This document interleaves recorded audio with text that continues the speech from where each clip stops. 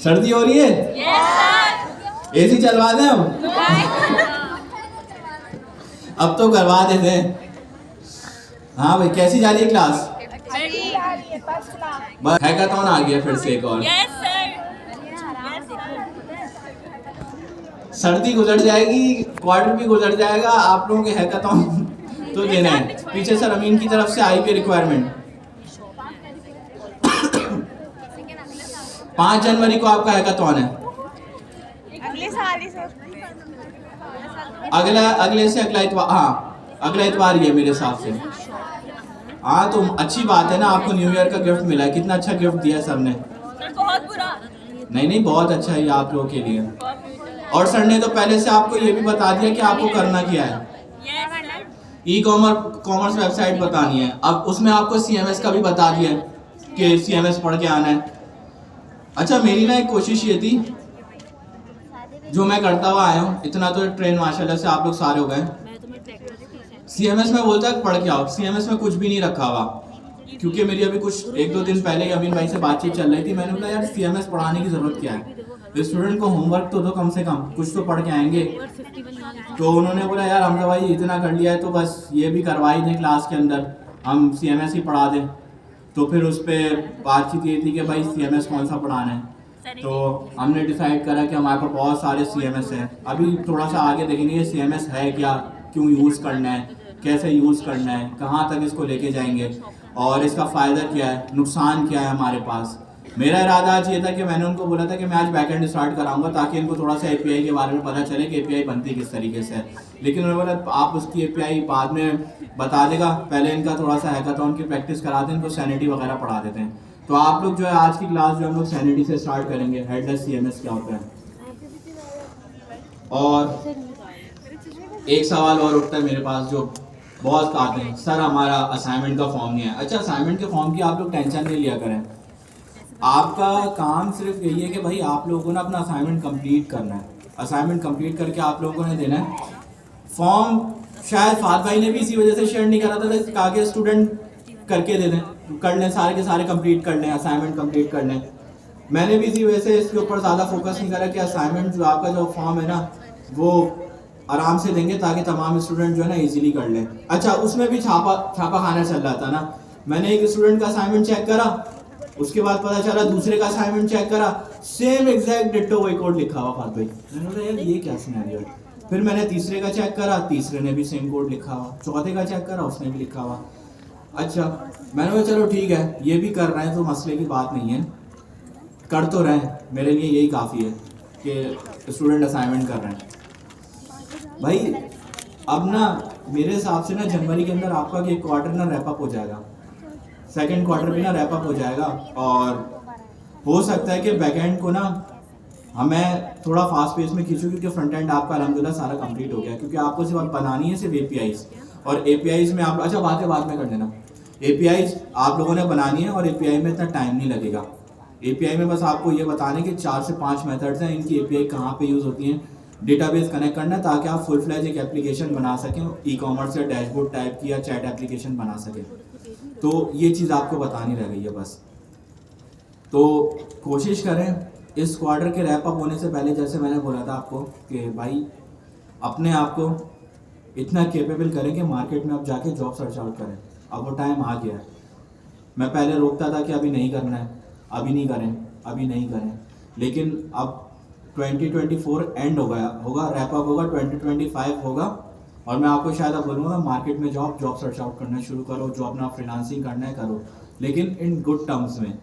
अभी मेरे पास एक स्टूडेंट का मैसेज आया था कि कोई इन्होंने 2 स्टूडेंट्स ने मिलकर पार्टनरशिप पे काम शुरू करा, 2-3 स्टूडेंट थे, उन्होंने कोई फाइवर से क्लाइंट भी उठा लिया। सही है, फाइवर से क्लाइंट भी आ गया उनके पास। अब दोनों में स्टूडेंट्स थे, 2-3 स्टूडेंट्स में बीच में लड़ाई हो गई, एक ने पूरे स्टूडेंट ने क्या करा, एक का क्लाइंट छीन लिया पूरा।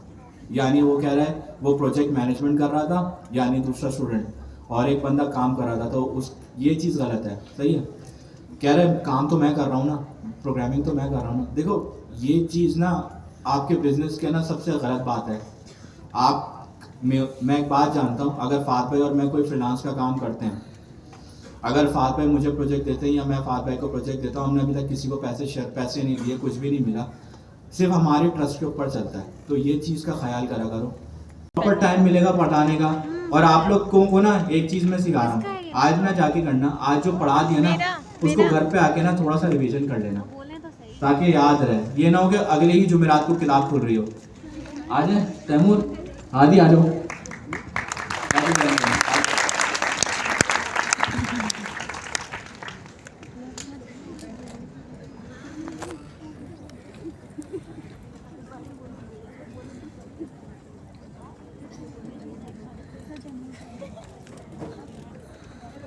ट्रेडिशनल CMS और दूसरा होता है हेडलेस CMS। तो सबसे पहले ट्रेडिशनल को देख लेते हैं। ट्रेडिशनल से जो CMS होता है वो हमारे को दो चीज़ें प्रोवाइड करता है। दो चीज़ें मतलब दो मेजर कंपोनेंट देता है, एक होता है फ्रंट एंड और दूसरा होता है बैक एंड। अच्छा, फ्रंट एंड जो होता है हमारे पास, उसके ऊपर हमारे पास एक यूज़र इंटरफेस होता है जिस पर यूज़र आता है हमारा और यूज़र उस पर इंटरेक्ट करता है। और इसी तरीके से हमारे पास एक होता है बैक एंड। बैक एंड पे क्या सीन है, बैक एंड का ये है कि हमारा जो सारे भी जितनी फंक्शन लॉजिक वगैरह सारी चीज़ें होती हैं, हमारा डेटा कहाँ से आना है, और ज़्यादातर तो हमारा मोस्टली केसेस में क्या होता है, हमारा डेटा सर्वर से आ रहा होता है और उसको जितना भी मतलब डेटा गेट होगा, स्टोर होगा, कोई भी आके साइन अप वगैरह करेगा, सबका डेटा जाके उसके अंदर स्टोर हो जाएगा। तो ये हमारे पास एक ट्रेडिशनल CMS होता है। और दूसरा फिर हेडलेस को देख लेते हैं। हेडलेस CMS हमारे पास कुछ इस तरीके से होता है कि फॉर एग्जांपल हमारे साथ सर हादी हैं अभी। अच्छा, सर हादी को अपनी एक ई-कॉमर्स टाइप की वेबसाइट बनवानी है, तो इनको सबसे पहले क्या करना पड़ेगा, ये सबसे पहले इनको ना प्रोग्रामिंग की ना लॉजिक, इनको ना प्रोग्रामिंग की नॉलेज नहीं है कि कैसे होती है कोडिंग वगैरह। तो इनके पास कुछ प्रोडक्ट्स हैं, चाह रहे हैं अपनी ई-कॉमर्स वाली जो इनकी वेबसाइट है उसके ऊपर कुछ प्रोडक्ट्स इनकी अपलोड कर दें। तो सबसे पहले कैसे करेंगे, इनको तो नॉलेज ही नहीं है इसकी प्रोग्रामिंग की, और इनको सारा अपना बैकएंड सारा जो भी वो सब उससे हेडलेस CMS से लेना है। तो ये सबसे पहले क्या करेंगे, एक डेवलपर को इनको हायर करना पड़ेगा जो कि बैठ के इनकी प्रोडक्ट्स अपलोड करेगा। वो मतलब जब भी उसको अपलोड करनी होगी, अपडेट करनी होगी, वो उसको अपलोड करेगा और इसमें इनकी अच्छी खासी कॉस्टिंग आएगी। और दूसरा फिर उसको ना डेवलपर को फुल टाइम पे करना पड़ेगा, तो इससे इनको नुकसान है। तो इस चीज़ को देखते हुए हमारे पास आया एक हेडलेस CMS। अच्छा, हेडलेस CMS क्या कहता है, हेडलेस CMS बोलता है जैसे ना लेट्स सी हमारे पास एक ई-कॉमर्स टाइप की वेबसाइट है। अब हम मैं चाह रहा हूँ उसके अंदर मैं अपनी ना कुछ प्रोडक्ट्स ऐड कर दूँ। अब वो मैं कैसे ऐड करूँगा, तो मैं सबसे पहले मैं क्या करूँगा, एक ना हेडलेस CMS कोई सा भी मैं देख लूँगा जो मेरे को समझ में आ रहा है। काफ़ी सारे मार्केट के अंदर ना, तो मैं उसमें से एक देख लूँगा जो मेरे को समझ में आ रहा है और उसके अंदर मैं अपनी जो मेरी प्रोडक्ट्स हैं वो मैं उस पर अपलोड कर दूँगा। तो वो करेगा क्या, वो सिंपल सा मुझे एक API का लिंक दे देगा और वो API का लिंक मैं अपने लोकल सिस्टम पर जो मेरा प्रोजेक्ट बना हुआ है, फॉर एग्जांपल अगर मैंने अपने पास फ्रंट एंड बनाया हुआ है तो अपने फ्रंट एंड से कनेक्ट कर दूंगा, लिंक करा दूंगा उसको। तो हमारे पास वो APIs आ जाएंगी। मतलब जब भी ना मेरे को अपनी प्रोडक्ट डिस्प्ले करवानी होगी तो मैं उसको क्या करूँगा, मैं अपने फ्रंट एंड से कनेक्ट कर दूंगा और मेरी प्रोडक्ट्स डिस्प्ले हो जाएंगी। तो ये था हमारे पास हेडलेस CMS। तो अच्छा, हम इसको यूज़ क्यों करते हैं ज़्यादातर केसेस में ना, अब मतलब ना ये हमें ना देता है बना के API। अब लास्ट कुछ क्लासेस में हमने APIs पढ़ी थी। APIs हमारे पास कौन कौन सी थी, काफ़ी सारी थी। अगर हम देखें तो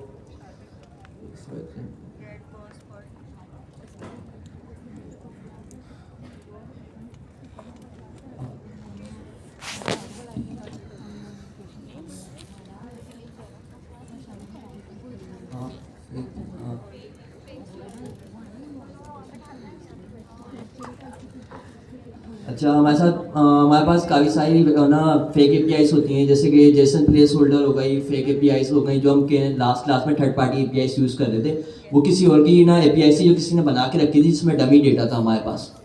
अच्छा, उसके अलावा वो करता क्या था कि हम उसको जैसे फॉर एग्जांपल हम अपनी ना अभी हमने फिग्मा बनाया, फिग्मा में भी काफ़ी सारा ना मतलब फंक्शन लॉजिक वगैरह काम होगा। तो जो हमारी जो API है ना, तो हम उसको API के ऊपर मैप चला देते सिंपल सा, और उसको अपने जो भी हमारा मतलब UL बनाते हैं उसके अंदर LI वगैरह बनाते हैं और कार्ड वगैरह बनाते हैं। कार्ड में डेटा शो कराना होता है, कार्ड के अंदर इमेज है तो उसको ना जो भी उसका API का नाम रखा हुआ हमने, मतलब जो उसका जिसमें API स्टोरेज जिस वेरिएबल में, उस वेरिएबल का नाम लिखते हैं, आगे डॉट लिख के, अगर फॉर एग्जांपल इमेज चाहिए तो इमेज लिख देंगे, उसकी इमेज आ जाएगी। टाइटल चाहिए तो टाइटल लिख देंगे, और ऐसी उसकी सारी चीज़ें हमारे पास आ जाती हैं। तो वो इस तरीके से यूज़ होता है। उसके अलावा हम लोगों ने अपनी APIs भी बनाना सीखी थी कुछ लास्ट प्रीवियस क्लास के अंदर, जिसमें कुछ आई थिंक 3 मंथ्स हो गए, 2 या 3 मंथ्स पहले सर अमीन आए थे, जिसमें सर हमजा ने और सर अमीन ने काफ़ी सारी एपीआईज़ को बनाने के सिखाया था, मतलब कैसे एपीआईज़ वगैरह बनती हैं हमारे पास। उसके अंदर हमने पोस्ट की एपीआई बनाई थी और गेट की एपीआई बनाई थी, तो एपीआईज़ वगैरह तो बना ली थी। अच्छा, अब जो हमारा जो ई कॉमर्स की जो हमारा हेडलेस सीएमएस जो होता है ना, जिसके हम अंदर हम अपनी सारी प्रोडक्ट्स अपलोड करते हैं, वो हमारे को सिंपल से ना एक ना लिंक बना के दे देता है हमारी ना प्रोडक्ट्स का, मतलब हमारी एपीआई बना के दे देता है वो, और वो एपीआई को हम फ्रंट एंड पे यूज़ कर लेते हैं अपने पास, तो हमारा वो फ्रंट एंड और बैक एंड मतलब दोनों बन जाते हैं इससे। इसको देखते हैं। तो सनेटी को ज़्यादातर हम लोग क्यों यूज़ करते हैं, तो यूज़ करना बहुत इजी है इसको।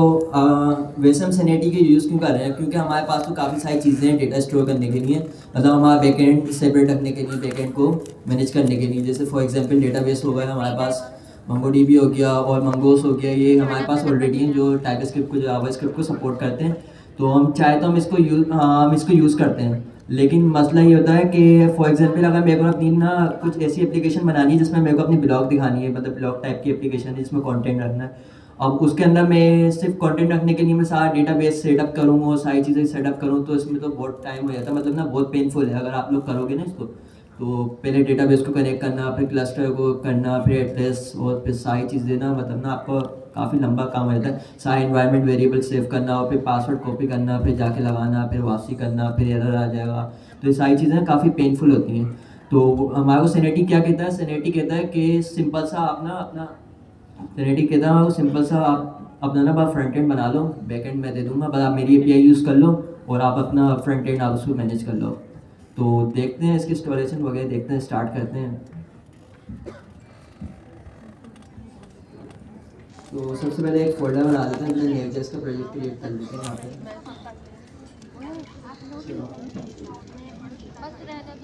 टाइम के DIR से ना उस पे लिंक से, तो इसको हम लोग अपने फोल्डर में चले जाते हैं सीधी।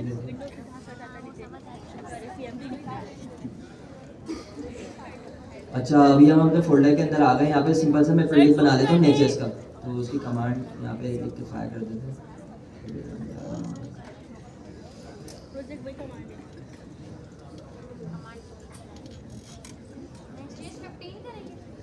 जी नेक्स्ट 15 पे कर लेंगे। सर जूम कर दें। जूम कर दें।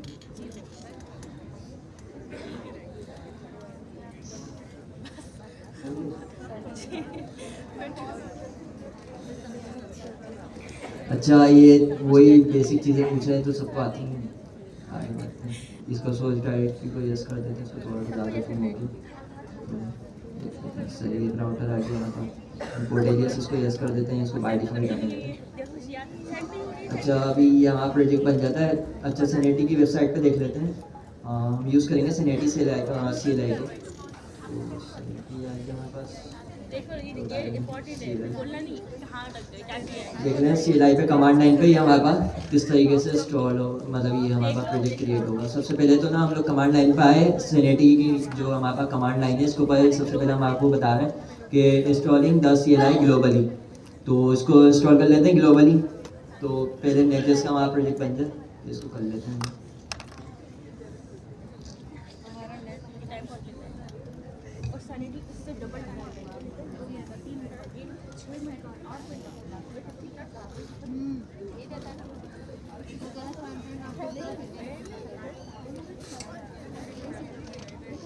करने का तरीका यही है, इसको ना सबसे पहले कमांड लाइन की जो सनेटी की वेबसाइट पर आ जाए ना, यहाँ पे लिखना है कि SNATY और CLI, तो ये आपको पहला वाला जो लिंक मिलेगा यहीं से इंस्टॉल होगा, वरना NPM का पैकेज भी है उसको यूज़ करना।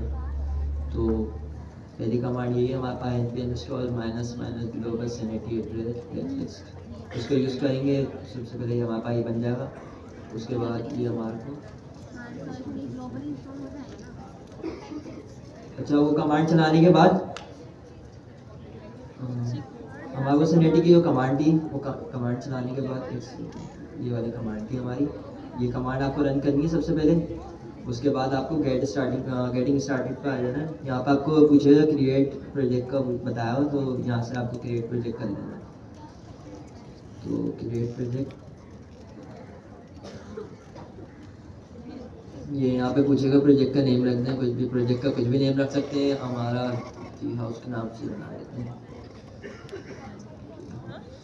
ये हमारा हो गया, प्रोजेक्ट का नाम रख दिया, प्रोजेक्ट पे क्लिक करते हैं। नया प्रोजेक्ट करते हैं। रिपीट करें इसे, नहीं समझ आया। अच्छा दोबारा से।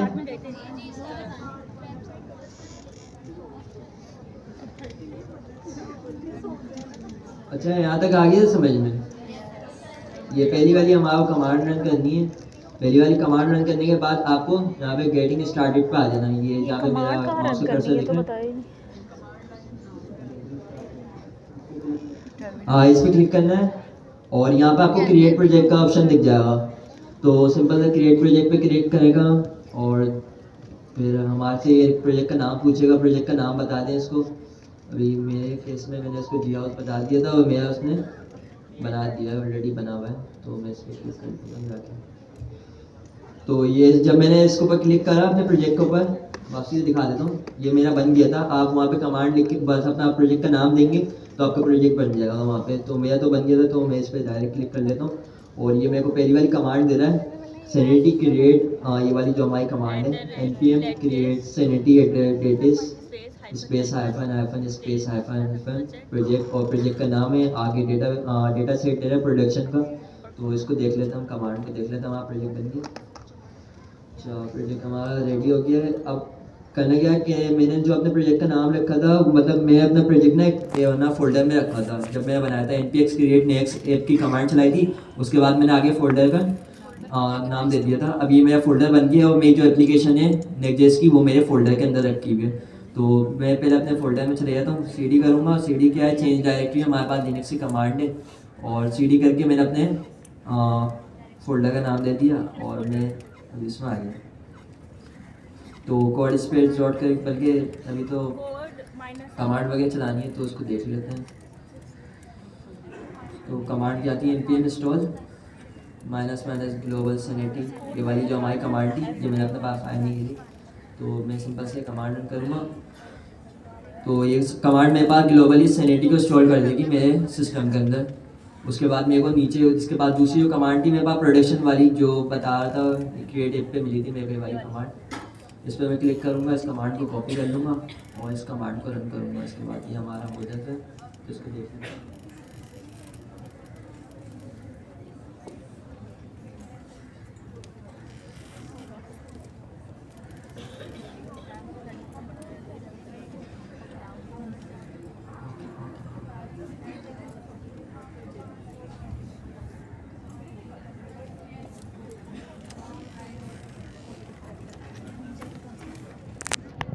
ये हमारी कमांड, इसका नाम है कमांड, ये कुछ तरीके से npm क्रिएट सैनिटी डेटिस, वो इस कमांड को कॉपी कर लेते हैं और अपने प्रोजेक्ट में चला लेते हैं। सिंपल सा प्रोजेक्ट का नेम ये डाल दें, ठीक है।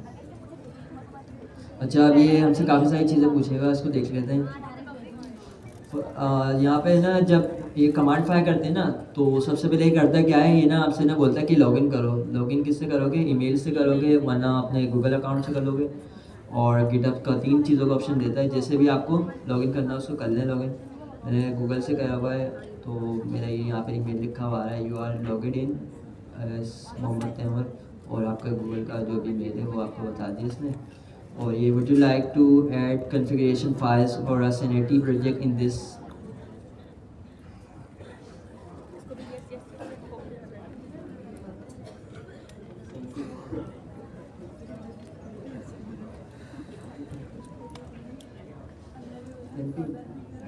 बस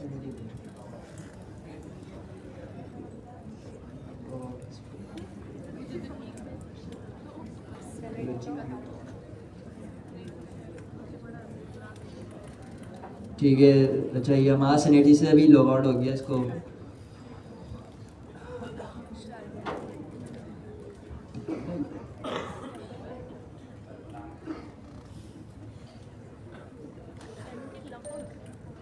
लॉग आउट हो गया। अब मैं अगेन से अगर ये वाली कमांड चला दूँ ना, तो ये मेरे से भी इसके लिए वो मांगेगा कि बोलेगा कि आप पहले लॉगिन करो, अपना साइनअप करो, उसके बाद आगे। तो साइनअप वाला प्रोसेस देख लेते हैं। वो सिंपल से सैनिटी लॉग आउट की कमांड चलाई थी मैंने। और जो मैं पहले से लॉगिन था उसने मेरे जो मतलब मेरा पहले से टोकन स्टोर होगा उसके पास एक उस डेटाबेस में जिसको वो बता रहा होगा कि मतलब ये यूज़र्स हमारे पास ऑलरेडी एग्जिस्ट करता है, तो उसने वो टोकन डिलीट कर दिया भी। और मेरे को दोबारा से मैं अगर कमांड चलाता हूँ तो ये मेरे से सारी चीज़ें पूछेगा। अब ये देखें, ये यहाँ पर आ गया option no authentication credential found in your Sanity config, सही है। तो ये मेरे से पूछा प्लीज़ लॉग इन और क्रिएट अ न्यू अकाउंट। तो मैं अगर फॉर एग्जांपल अगर मुझे ईमेल से करना है तो मैं यहाँ पे ईमेल पे क्लिक कर दूंगा, जिसके बाद गिटहब का जो गिटहब से करना चाहे गिटहब से कर लो, गूगल से। अभी मेरे केस में गूगल से कर लेता हूँ। तो यहाँ पे मेरे को गूगल पे ले जाएगा, मेरे से पूछेगा कौन सा मतलब जो आपका जिस अकाउंट से आप मेन अभी लॉग इन हो, आप इसमें कौन सा करना चाह रहे हो। तो ये वाला ही सिलेक्ट करते हैं। अच्छा, तो लॉगिन हो गया सक्सेसफुली और ये हमारा बोल return to the terminal you make your सही। तो अभी मेरे से पूछा है would you like to add configuration files for a Sanity project in this next folder. तो मैं इसको बोलूँगा यस, यहाँ पे यस कर देंगे। अच्छा, ये पूछा है it looks like you are using Nexus 15 in your router, तो यहाँ पे यस कर देंगे इसको। और इस पूछेगा कि मतलब would you like to embedded Sanity Studio, तो हमें सैनिटी स्टूडियो चाहिए तो हम यहाँ पे भी यस ही करेंगे। इसने इससे पहले पूछा था do you want to use TypeScript, तो टाइप स्क्रिप्ट पे भी यस कर दिया था। उसके बाद हमने यहाँ पे सैनिटी का स्टूडियो को पूछा कि स्टूडियो यूज़ करना आप लोग, तो स्टूडियो पे भी यस कर देते हैं।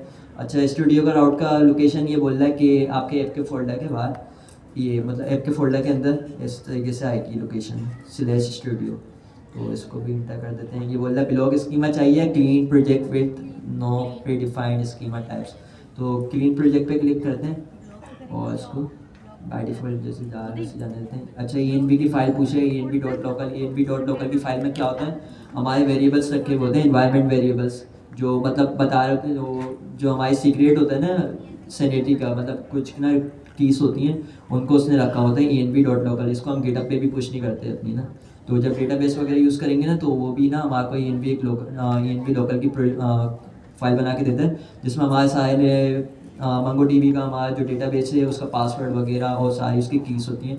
तो ये शेयर नहीं की जाती, इसीलिए इसको गिटहब पे कुछ नहीं करते, तो इसको भी यस कर देते हैं।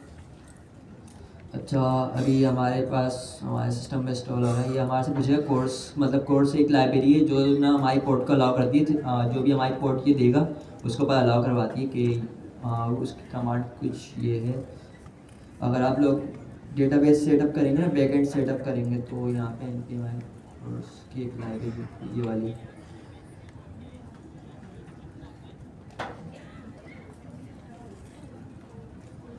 अगर किसी ने नोट वोट वगैरह का सेटअप करा हो तो उसको पता होगा इस चीज़ के बारे में। ये हमसे बोलता है कि इसको इंस्टॉल कर लो और ये हमारी इसको पोर्ट अलाउ कर देती है। NPM पर एक्टिव है इनके ऑफिशियल डॉक्स के ऊपर, यहाँ पे ये कमांड है, सिंपल से चला दें। लेकिन वो अपने केस में वो खुद ही देगा वो हमारा कमांड, वो डायरेक्ट पूछेगा हमसे और हम वेबसाइट पे आके अलाउ कर देख लेते हैं जिसको में।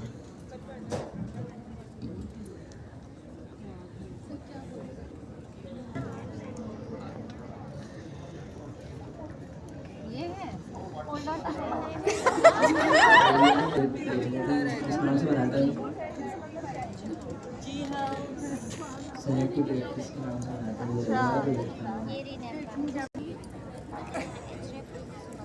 अच्छा, वो सैनिटी कमांड अगेन से रन कर देते हैं, हम पता नहीं वो स्टोर हुआ था नहीं हुआ था उसको ये वाली कमांड थी हमारी, इसको दोबारा से मैं रन कर देता हूँ अपने पास, बल्कि देखें इसको अपने प्रोजेक्ट के अंदर जाना पड़ेगा। मैंने जहाँ पे मैंने फोल्डर बनाया हुआ था, फोल्डर के अंदर जाना पड़ेगा पहले, वहाँ पे मैंने प्रोजेक्ट रखा हुआ, वहाँ पे मेरे को एक कमांड चलानी है। तो मैं CD माइनस सेव करूँगा जो मेरे प्रोजेक्ट फोल्डर का नाम था, इसके अंदर आऊँगा, मैं यहाँ पे कमांड पेस्ट कर दूँगा दोबारा से, और ये देखते हैं क्या होता है।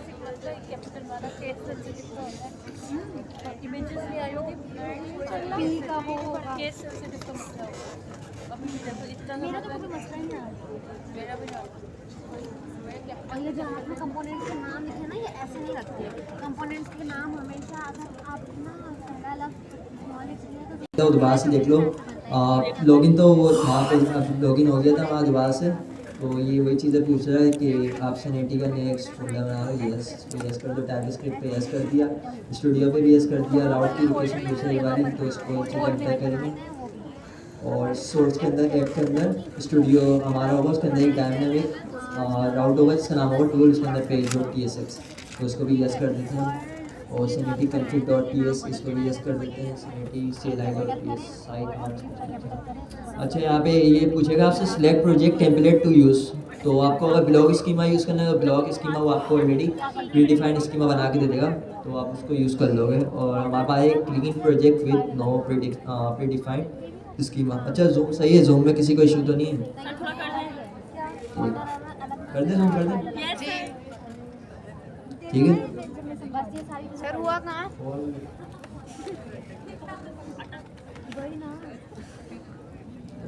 यहाँ से जूम हो गया तो इंटरनेट का थोड़ा इशू है उसकी वजह से।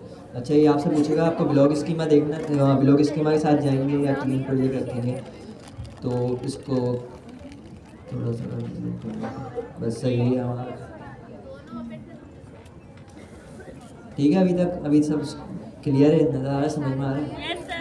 ठीक है।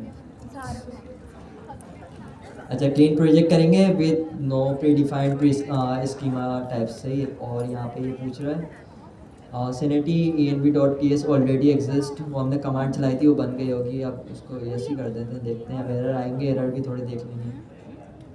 वो ऑलरेडी बना हुआ था, दोबारा हो गया। सही, already exist, override it, no अगर एग्जिस्ट करते हैं।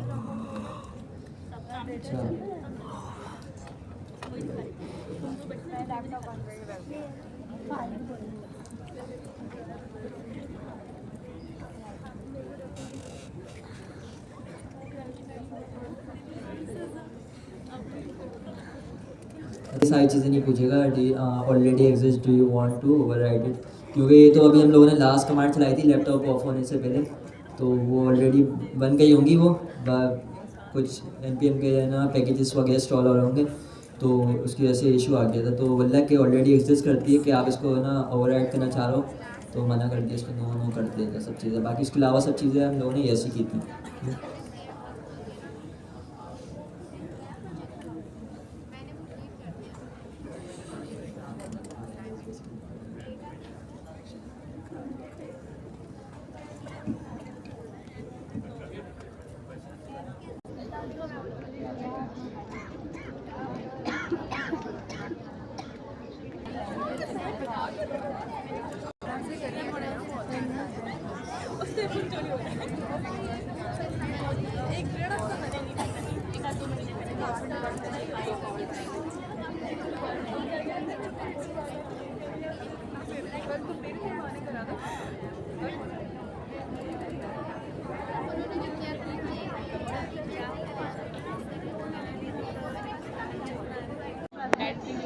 प्रोजेक्ट इंस्टॉल हो गया है, तब तक हम लोग एक दफ़ा रिवाइज कर लेते हैं कि हम लोगों ने अभी तक क्या डिस्कस किया।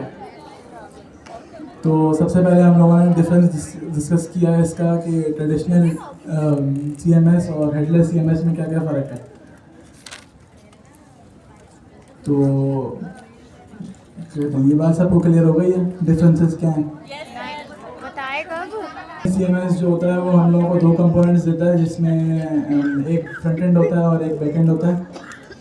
और जो है वो उसमें हमारे पास फ्री हैंड नहीं होता, सिर्फ थोड़ा जोर से बोलें। जो है वो फ्रंट एंड जिस पे बैक एंड बना हुआ होता है वही फ्रंट एंड भी स्टाइलिंग उसमें कम पॉसिबल होती है। हेडलेस CMS में हमारे पास ऑप्शन आ जाता है कि हम अपनी मर्जी से फ्रंट एंड डिज़ाइन कर सकते हैं। और सैनिटी को यूज़ करने की वजह यही है कि सैनिटी API जो है API हमें प्रोवाइड करता है, बना सकते हैं। इसमें Vue.js है, एंगुलर है, Next.js है, रिएक्ट है, ये सब पॉसिबिलिटीज़ हमारे पास अनलॉक हो जाती हैं। और इससे हमारी जो है वेबसाइट SEO फ्रेंडली हो जाती है और स्पीड और परफॉर्मेंस बेटर हो जाती है। इसको यूज़ करने का सबसे बड़ा एडवांटेज ये है कि API इसके लिए प्रोवाइड करता है, क्योंकि अगर हमें वेबसाइट और ऐप दोनों पे काम करना है तो डेटा हमारे पास API को यूज़ करते हुए दोनों जगह पे आ सकता है। स्टेबिलिटी ज़्यादा है इसकी और सिक्योरिटी भी हमें ज़्यादा इसकी मिल जाती है बिल्ट इन। इसके कुछ प्रोज एंड कॉन्स। प्रोज तो यही है कि क्या कहते हैं, जो भी मैंने बता दिए। कॉन्स इसके ये हैं कि इसमें जो है वो हायर कॉस्ट हो जाती है ट्रेडिशनल के CMS से कभी कभी इसकी प्राइसेस जो हैं वो ऊपर चली जाती हैं। और जो है वो सैनिटरी यूज़ करने का सबसे जो है वो ज़्यादा मकसद यही था कि इसमें फ्लेक्सिबिलिटी हमें मिल जाती है, इसको हम कस्टमाइज़ कर सकते हैं जावास्क्रिप्ट और ग्रुप लैंग्वेज से, डेवलपर फ्रेंडली है, API स्टूडियो कस्टमाइजेशन मिल जाती है। सैनिटरी यूज़ करने की वजह जो है वो ये थी कि इसमें फ्लेक्सिबिलिटी हमें मिल जाती है, कस्टमाइजेबल होता है इसका स्टूडियो, अपने स्कीमास के थ्रू इसको हम खुद एडजस्ट कर सकते हैं अपनी मर्ज़ी से। और इसकी कम्युनिटी जो है वो अब काफ़ी ज़्यादा है, तो कम्युनिटी सपोर्ट भी काफ़ी सारी मिल जाती है। और सैनिटी के स्कीमास जो बनते हैं उसमें हम उसको क्या कहते हैं, एक स्ट्रक्चर डिफाइन करते हैं कि हमारा स्ट्रक्चर जो सैनिटी के डेटा का स्ट्रक्चर है वो कैसा होगा।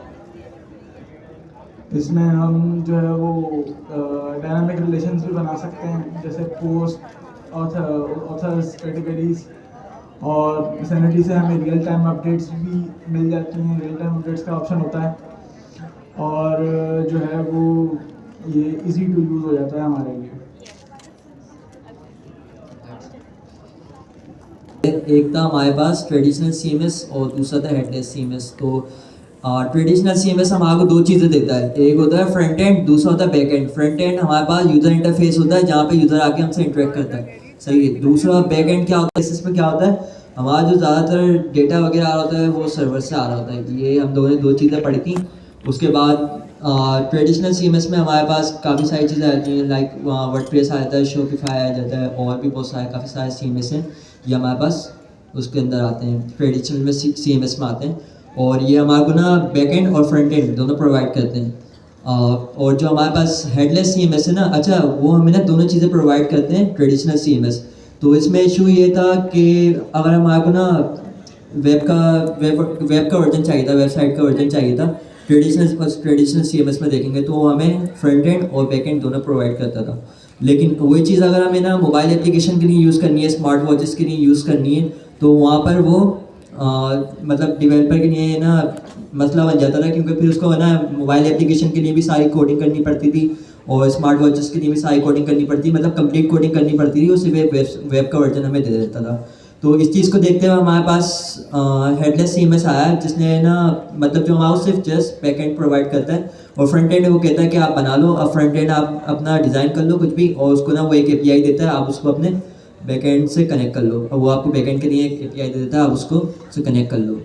तो ये हमारे पास होता है फ्रंट एंड और बैक एंड, मतलब हेडलेस CMS और ट्रेडिशनल CMS। उसके बाद हम लोगों ने देखा था, हम लोगों ने अपना एक Node.js का प्रोजेक्ट क्रिएट किया था, और वो तो सबको बेसिक आता है, नेक्स्ट 15 पे कर लिया था हमने। और उसके बाद सैनिटी कमांड चलाई थी। सैनिटी की कमांड क्या थी हमारी, ये वाली कमांड थी, जस्ट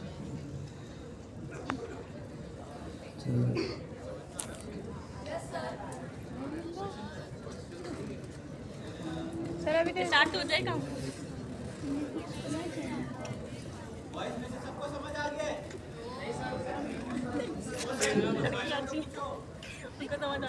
पूछ लो भाई क्वेश्चन।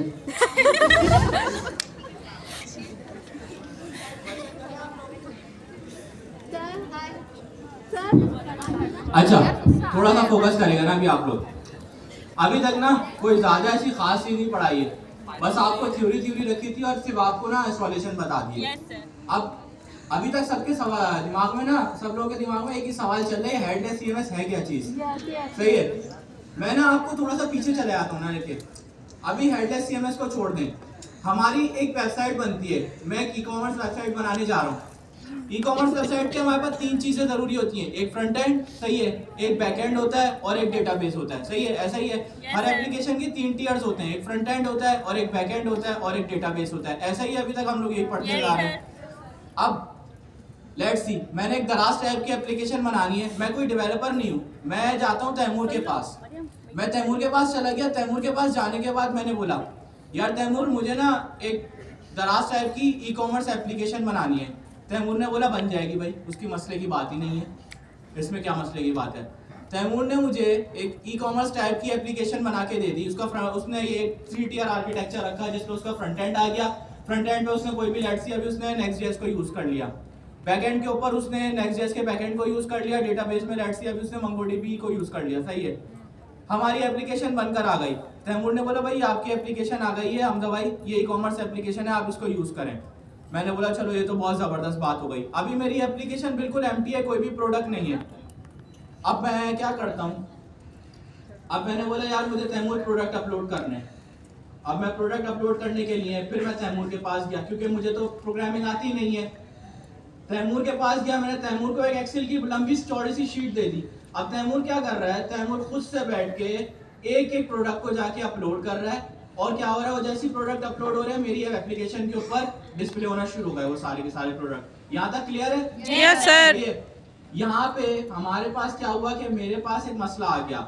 मतलब मैं तो एक नॉन टेक्निकल बंदा हूँ और तैमूर जो एक टेक्निकल डेवलपर है वो जाके कोडिंग के थ्रू हमारी एक्सेल शीट से सारे के सारे प्रोडक्ट उठा के वो अपलोड करता चला जा रहा है। अब क्या हुआ, लेट्स सी मेरी शीट कंप्लीट हो गई। शीट कंप्लीट होने के बाद मेरी एप्लीकेशन पे सारे प्रोडक्ट डिस्प्ले हो गए। सही है भाई।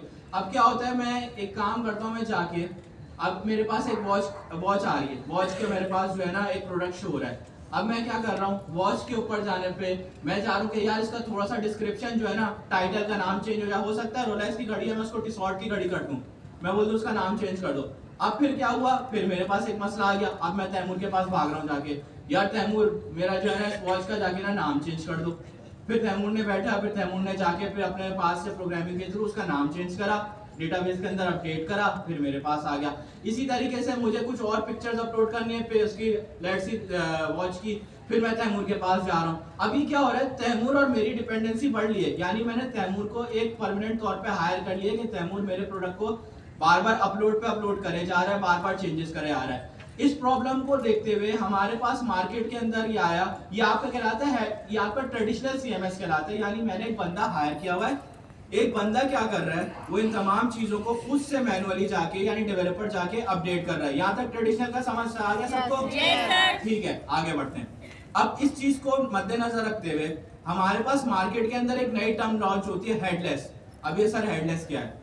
हेडलेस के अंदर क्या होता है, मैंने तैमूर ने बोला ठीक है भाई आपकी एप्लीकेशन जो है ना हमजा भाई ऐसी बनेगी 3 tier आर्किटेक्चर के ऊपर। आपका फ्रंट एंड होगा, आपका बैक एंड होगा, आपका डेटाबेस होगा। लेकिन इसके अंदर ना मैं आपको एक एडिशनल चीज करके दूंगा, तो ये जो आपकी प्रोडक्ट वाली झंझट है ना, वो प्रोडक्ट वाली झंझट आए ना। अब वो क्या है, तैमूर ने मुझे सैनिटी कनेक्ट करके दे दिया। अभी मैं बाकी हेडलेस सीएमएस पे भी आता हूँ।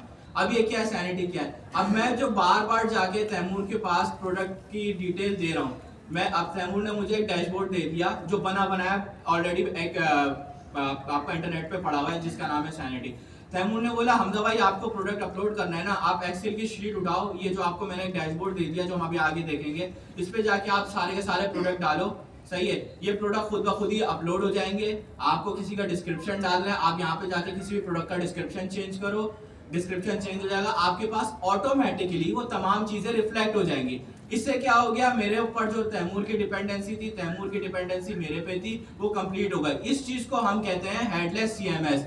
इसने क्या करा, आके एक डेवलपर की और एक जो एक नॉन टेक्निकल बंदा है उसकी उसने डिपेंडेंसी खत्म कर दी। यानी एक नॉन टेक्निकल बंदे को एक उसने पूरा का पूरा एक व्यू दे दिया कि तुम सिर्फ यहाँ पे आके इस चीज को ड्रैग एंड ड्रॉप करो और अपनी चीजों को अपलोड करो, यहाँ पे आके अपना टाइटल डालो, यहाँ पे अपना डिस्क्रिप्शन डालो, तुम्हारी चीजें अपलोड हो जाएंगी। यहाँ तक हेडलेस का सबको क्लियर हो गया? Yes, ठीक है, जबरदस्त। अब सिर्फ क्या हेडलेस सीएमएस हमारा ई कॉमर्स एप्लीकेशन के लिए है? आप लोगों से सवाल उठता है, नहीं, ई कॉमर्स एप्लीकेशन के लिए नहीं है। अब आप थोड़ा सा आगे बढ़ते हैं। हमारे पास ब्लॉगिंग की वेबसाइट होती है। अब एक लेट्स सी मेरे पास एक पूरी की पूरी वेबसाइट चल रही है। वेबसाइट के ऊपर अब क्या होता है, रोजमर्रा के ऊपर अगर आपको ये आपकी कंपनी चलती है ना, तो उसके ब्लॉग अपडेट होते हैं। अब ब्लॉग क्या होते हैं, लेट्स सी मैंने आज कोई नई चीज पढ़ी, मैंने पढ़ा एआई से रिलेटेड, एआई एजेंटिक्स से रिलेटेड चीजों को पढ़ लिया। अब एआई एजेंटिक्स से रिलेटेड मैंने बोला यार ये डॉक्यूमेंट ना अच्छा लग रहा है मुझे, मैं काम करता हूँ, मैं इसको जाके ना अपनी वेबसाइट के ऊपर शो करूँ, ताकि क्या हो कि दूसरा भी कोई इजीली इसको जाके जो मेरी वेबसाइट को देख रहा है पढ़ सके, या मेरी वेबसाइट को जिसने सब्सक्राइब करा हुआ है वो पढ़ सके। तो क्या होगा, इस तरीके से मेरे पास ब्लॉगिंग वेबसाइट बनती है। तो ब्लॉगिंग वेबसाइट के अंदर भी हमारे पास CMS का एक बहुत बड़ा रोल होता है। हम डेवलपर की डिपेंडेंसी को बिल्कुल जीरो कर देते हैं। इसमें क्या होता है, वही हमें पूरा का पूरा एक व्यू मिल जाता है। अब मैंने जैसे ही कोई एक वो पढ़ा CMS, मैंने बोला AI एजेंटिक से रिलेटेड एक मुझे डिस्क्रिप्शन मिल गया, इमेज मिल गई, मैंने वही कॉपी करी, वहाँ पे उसकी इमेज डाल दी, वहीं पे उसका डिस्क्रिप्शन डाल दिया, वहीं पे मैंने उसका टाइटल डाल दिया। जैसे ही मैंने डाला, अपडेट करा, तो मेरा क्या होगा, वो सारा का सारा मैं अपनी वेबसाइट से कनेक्ट कर दूंगा CMS को। CMS क्या होगा, वो पूरे और पूरा आपको ब्लॉग लिख के दे देगा। यहाँ तक ये क्लियर हो गया। यानी हमारे CMS के क्या क्या फायदे हो गए। पहला फायदा ये हो गया कि हम उससे ई-कॉमर्स की वेबसाइट के लिए भी यूज कर सकते हैं, जो आपका माइलस्टोन का प्रोजेक्ट भी आएगा, सही है। दूसरा हमने देख लिया, ये ब्लॉगिंग वेबसाइट के लिए यूज हो सकता है। अब तीसरी चीज, कोई और चीज के लिए यूज हो सकता है, बिल्कुल हो सकता है। आप लोगों ने न्यूज की वेबसाइट देखी है, न्यूज वेबसाइट देखी है, एक्सप्रेस को, ट्रिब्यून को, BBC वगैरह को आप लोगों ने कभी विजिट करोगे तो उसके ऊपर क्या होता है, हेडलाइंस चेंज हो रही होती हैं। अब डेवलपर्स बैठ के खुद से तो हेडलाइन नहीं लिखेगा ना बैठ के, वो क्या करेगा, वो एक हेडलेस CMS इसी तरीके का इंट्रोड्यूस करा देगा। अब जो भी बंदा होगा, जो कंटेंट राइटर होगा, वो क्या करेगा, वहां पे जाके टाइटल लिख देगा, उसका कंटेंट लिख देगा, हर टाइम के बाद वो चीजें अपडेट होना शुरू हो जाएंगी। इस तरीके से आप देखते हो कि हर 1 घंटे के बाद क्या होता है, न्यूज की एप्लीकेशन के ऊपर आपके पास अप टू डेटेड न्यूज आ रही होती है। यहाँ तक ट्रेडिशनल और हेडलेस CMS का फर्क क्लियर हो गया? सबको क्लियर है? Yes sir. भाई यही पढ़ाया था अभी तक। अभी थोड़ी सी इंस्टॉलेशन बताई थी। इंस्टॉलेशन अच्छा थोड़ी सी ना इसकी कॉम्प्लिकेट है।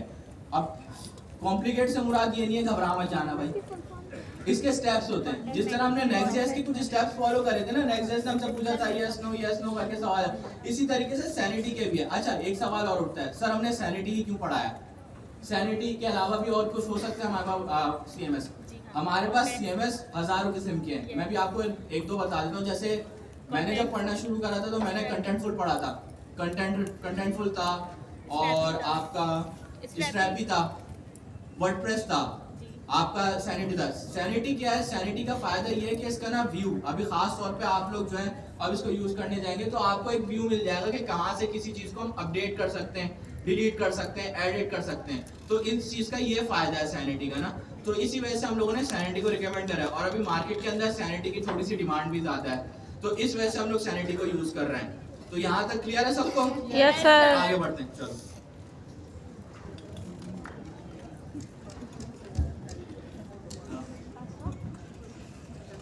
अच्छा भाई, प्रोजेक्ट हो गया हमारा, स्टोरी देख लेते हैं। ये स्क्रॉल यहाँ पे सीरियस की कमांड चला दी थी तो टर्मिनल इसकी वजह से क्लियर होता है। अच्छा यहाँ पे मैं कोड देख लेता हूँ, अपना कोड इस पर VS कोड को अपना VS कोड को देख लेते हैं क्या है। तो हमारे को इसने एक फोल्डर स्ट्रक्चर बना के दे दिया। अच्छा फोल्डर स्ट्रक्चर को हम देखेंगे तो हमारे पास सबसे पहले वही हमारी सोर्स डायरेक्टरी, और सोर्स डायरेक्टरी में हमारा ऐप का फोल्डर रखा हुआ है। सर थीम भी चेंज कर दो, वाइट कर दो।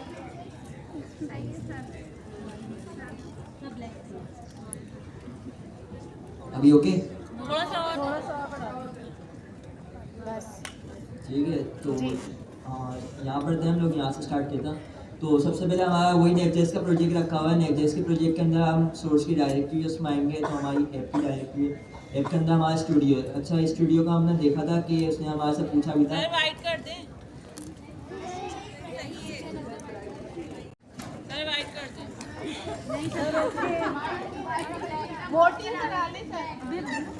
आदि भाई ना हमारे वो काम कर रहे हैं इस चीज़ ना, थीम के ऊपर ना, तो वो अलग से कोई थीम बनवाएंगे इसकी ब्लैक और वाइट वाली। तो फिर हम उसके ऊपर थोड़ा नेक्स्ट लास्ट तक ना इसके लिए सब्र करना पड़ेगा, फिर हो जाएगी। ब्लैक सही है, ब्लैक में भी आ रहा है, कोई इशू आ रहा है इन्वेस्ट करने।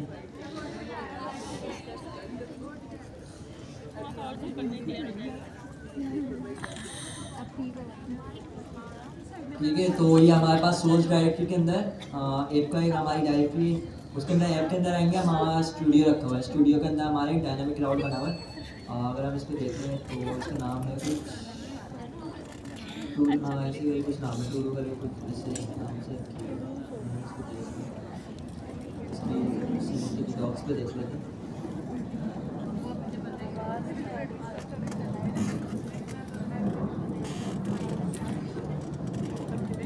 ठीक ठीक है। तो ये हमारा स्टूडियो पे एक डायनामिक क्लाउड बना हुआ है, उसमें page.tsx रखी हुई है। अब page.tsx में हमारे 2-3 चीज़ें इंपोर्ट हुई हुई हैं। एक इंपोर्ट हुई है नेक्स्ट स्टूडियो, ये कहाँ से हो रहा है हमारा next-sanity/studio से हमारे पास इंपोर्ट हो रहा है। और दूसरा हमारे पास इंपोर्ट कॉन्फ़िगरेशन है फ्रॉम sanity.config वाली, जो हमने पूछा जो उसने हमारी फाइल बनाई थी sanity की वाली, यहाँ से इंपोर्ट हो रही है। हमारी लास्ट में फाइल्स बनी है sanity cli.case, यहाँ से इंपोर्ट हो रहा है।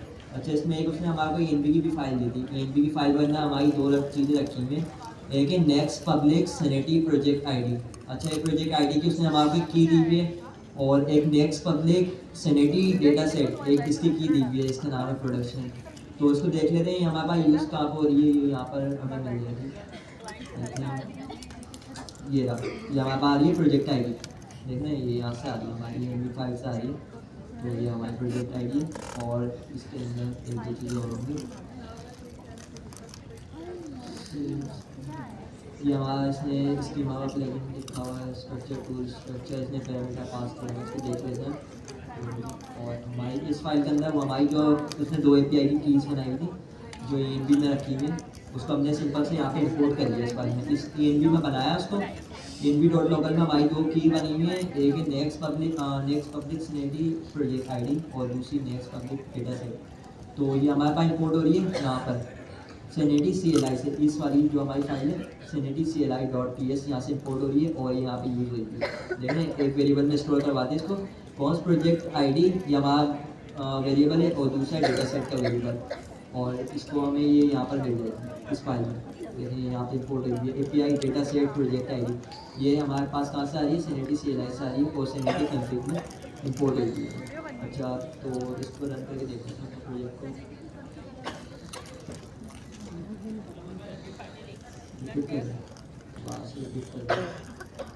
अच्छा, अभी तक हम लोगों से एक फोल्डर स्ट्रक्चर देखा है, इसके अलावा कुछ भी नहीं करा। हमारे पास वही सोर्स की डायरेक्टरी जो हम नेक्स्ट का प्रोजेक्ट क्रिएट करते हैं, और उसके अंदर हमारी एक ऐप की डायरेक्टरी है। अच्छा, उसके अंदर ऐप के अंदर उसने एक फोल्डर बनाया हुआ है स्टूडियो का, सही है। स्टूडियो का जो हमारा राउट खिलाता है, उसके अंदर एक बनाया हुआ है डायनेमिक राउट, जो जिसका नाम कुछ आ रहा है टूल करके नाम आ रहा है इसका ना। तो एक ये है हमारे पास, और इसके अंदर page.tsx है।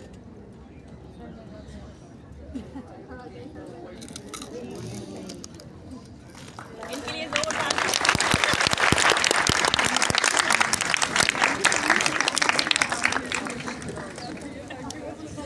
जी, नहीं बहुत बेहतरीन पढ़ा है फर्स्ट टाइम के अंदर। Yes sir. वहाँ से बैठ के आपको लग रहा है यहाँ पे आके बैठो तो हेड ही हेड है। Yes sir. अभी आप लोगों ने कहाँ तक किया हुआ है, प्रोजेक्ट क्रिएट कर लिया? जी सर, फोल्डर सेक्शन दोबारा बता दें, नेट नहीं चल रहा।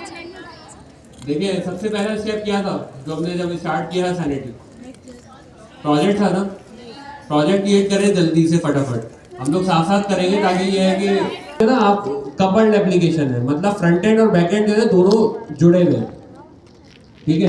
अब उसके अंदर मसला क्या आएगा आपके पास कि एक मिसाल है आपकी एप्लीकेशन के ऊपर आ गया लोड, तो वर्डप्रेस इतना स्केलेबल है ही नहीं कि वो उस लोड को हैंडल कर सके। सो उस वक्त हमारे पास जो ये हेडलेस का कॉन्सेप्ट आया था ना, कि इसके अंदर क्या किया उन्होंने, कंटेंट मैनेजमेंट सिस्टम आपको दे दिया, लेकिन उन्होंने फ्रंट एंड नहीं दिया। फ्रंट एंड आपकी वेबसाइट का फ्रंट एंड, कैसे कि आप अपना फ्रंट एंड खुद बना लो, sanity के अंदर आपका डेटा फैच करके आप दिखा दो। लेकिन एक चीज़ ये है, मेरा सवाल है ये आप लोगों से कि भाई मैं तो डेवलपर हूँ ना, कि ये हम बनाऊँ, मैं क्यों यूज़ करूँ sanity? मैं तो बना सकता हूँ, ये मेरे अंदर कैपेबिलिटी है कि एक फॉर्म बनाना तो है।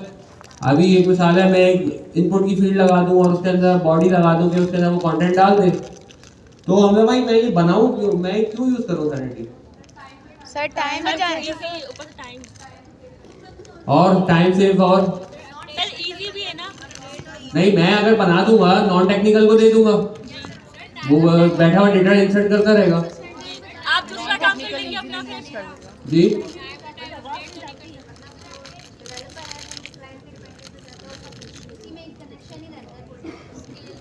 नहीं, एक तो चीज हो गई कि जो है ना टाइम मेरा सेव होगा, डिपेंडेंसी कोई ये फैक्टर नहीं है ना। एक मिसाल है, मैंने बना दिया बस और दे दिया क्लाइंट को, क्लाइंट यूज करेगा। sanity भी तो मैं ही लगा कर दे रहा हूँ उसको। क्लाइंट खुद से करने का। सर आगे का काम करेंगे ना अपना फिर क्या चीज? करनी है तो क्लाइंट सोचते हैं कि कर लेगा। वो मैं जो उसको फॉर्म बना के दूंगा वो उसमें भी कर लेगा। आप लोग जब टाइमिंग की जो स्लॉट्स आपकी थी वो चेंज कराते थे जब इमरान भाई से, क्या वो चेंज नहीं करके देते थे आप लोगों को? कर दे थे। नहीं, स्टार्टिंग में करके दिए हैं, ऐसा तो नहीं है। नहीं, स्टार्टिंग में करके दिए। उनके पास ये सारी कस्टम चीजें बनी हुई है। सो वो क्या करते हैं, डेटा अपडेट करके दे देते हैं। और कोई पॉइंट हो सकता है टाइम सेविंग से ज्यादा?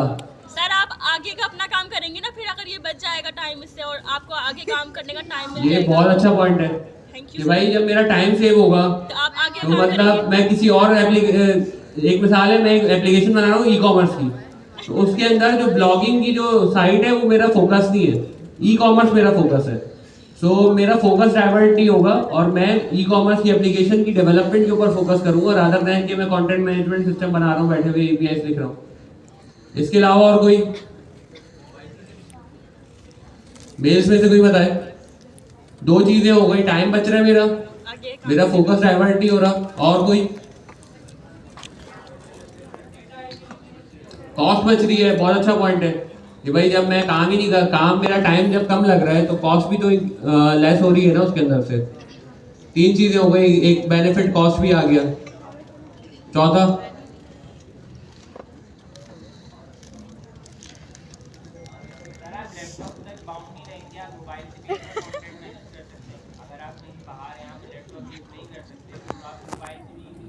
हाँ कर सकते हैं, बट लेकिन मैं जो एक मिसाल है कस्टम बनाऊंगा वो मैं मोबाइल रिस्पॉन्सिव बना लूंगा, सिंपल है। नहीं वो तो कर सकते हैं, आपकी बात ठीक है, बट ये है कि अगर मैं कस्टम बना लेता हूँ सारी चीजें अपनी तो वो भी कर सकता हूँ मोबाइल से। हाँ तो वो हम हमने डिस्कस किया कि 3 पॉइंट्स हमने डिस्कस कर लिए। टाइम बच रहा है मेरा, फोकस डाइवर्ट नहीं हो रहा, कॉस्ट जो है वो ये बेसिकली टोटल जो होते हैं ना सारे जो हमारे जो मेन की फीचर्स हैं और जो पॉइंट्स हैं हमारे पास वो यही होता है कि मेरी कॉस्ट बच रही है। सबसे पहली चीज, आप क्लाइंट के पास जाओगे, क्लाइंट जो है ना आपको सिर्फ एक ही चीज के ऊपर रोता हुआ मिलेगा, पैसों पे। सो वो आपको क्या बोलेगा कि भाई ये बना दो, वो आपके पास आएगा भाई फेसबुक बना दो, 1 महीने में बना दो, और बोले भाई आपको मैं दूंगा $500, और आप बोलोगे ओके, और वो बनेगी नहीं कभी। ठीक है, सो क्लाइंट सबसे ज्यादा कॉस्ट के ऊपर होता है उसका फोकस कि भाई कॉस्ट कम से कम हो, लेकिन हमें इतनी भी कॉस्ट कम नहीं करनी कि जो है ना उसके अंदर फिर हमारी एप्लीकेशन की परफॉर्मेंस के ऊपर इशू है। तो एट दैट टाइम हमारे पास ना बहुत सारे CMSs थे, वर्डप्रेस हमने हटा दिया, हेडलेस का हमें कॉन्सेप्ट पता लग गया। अब ये जो हमने सारे कंटेंट मैनेजमेंट सिस्टम में से जो सैनिटी सेलेक्ट किया वो इस वजह से किया, बाकी जो है ना वो सारे पेड है। कॉन्टेंटफुल की $800 की लाइसेंस फीस है, ठीक है, सैनिटी की भी है। सैनिटी की एंटरप्राइज जो है वो बहुत ज्यादा महंगी है।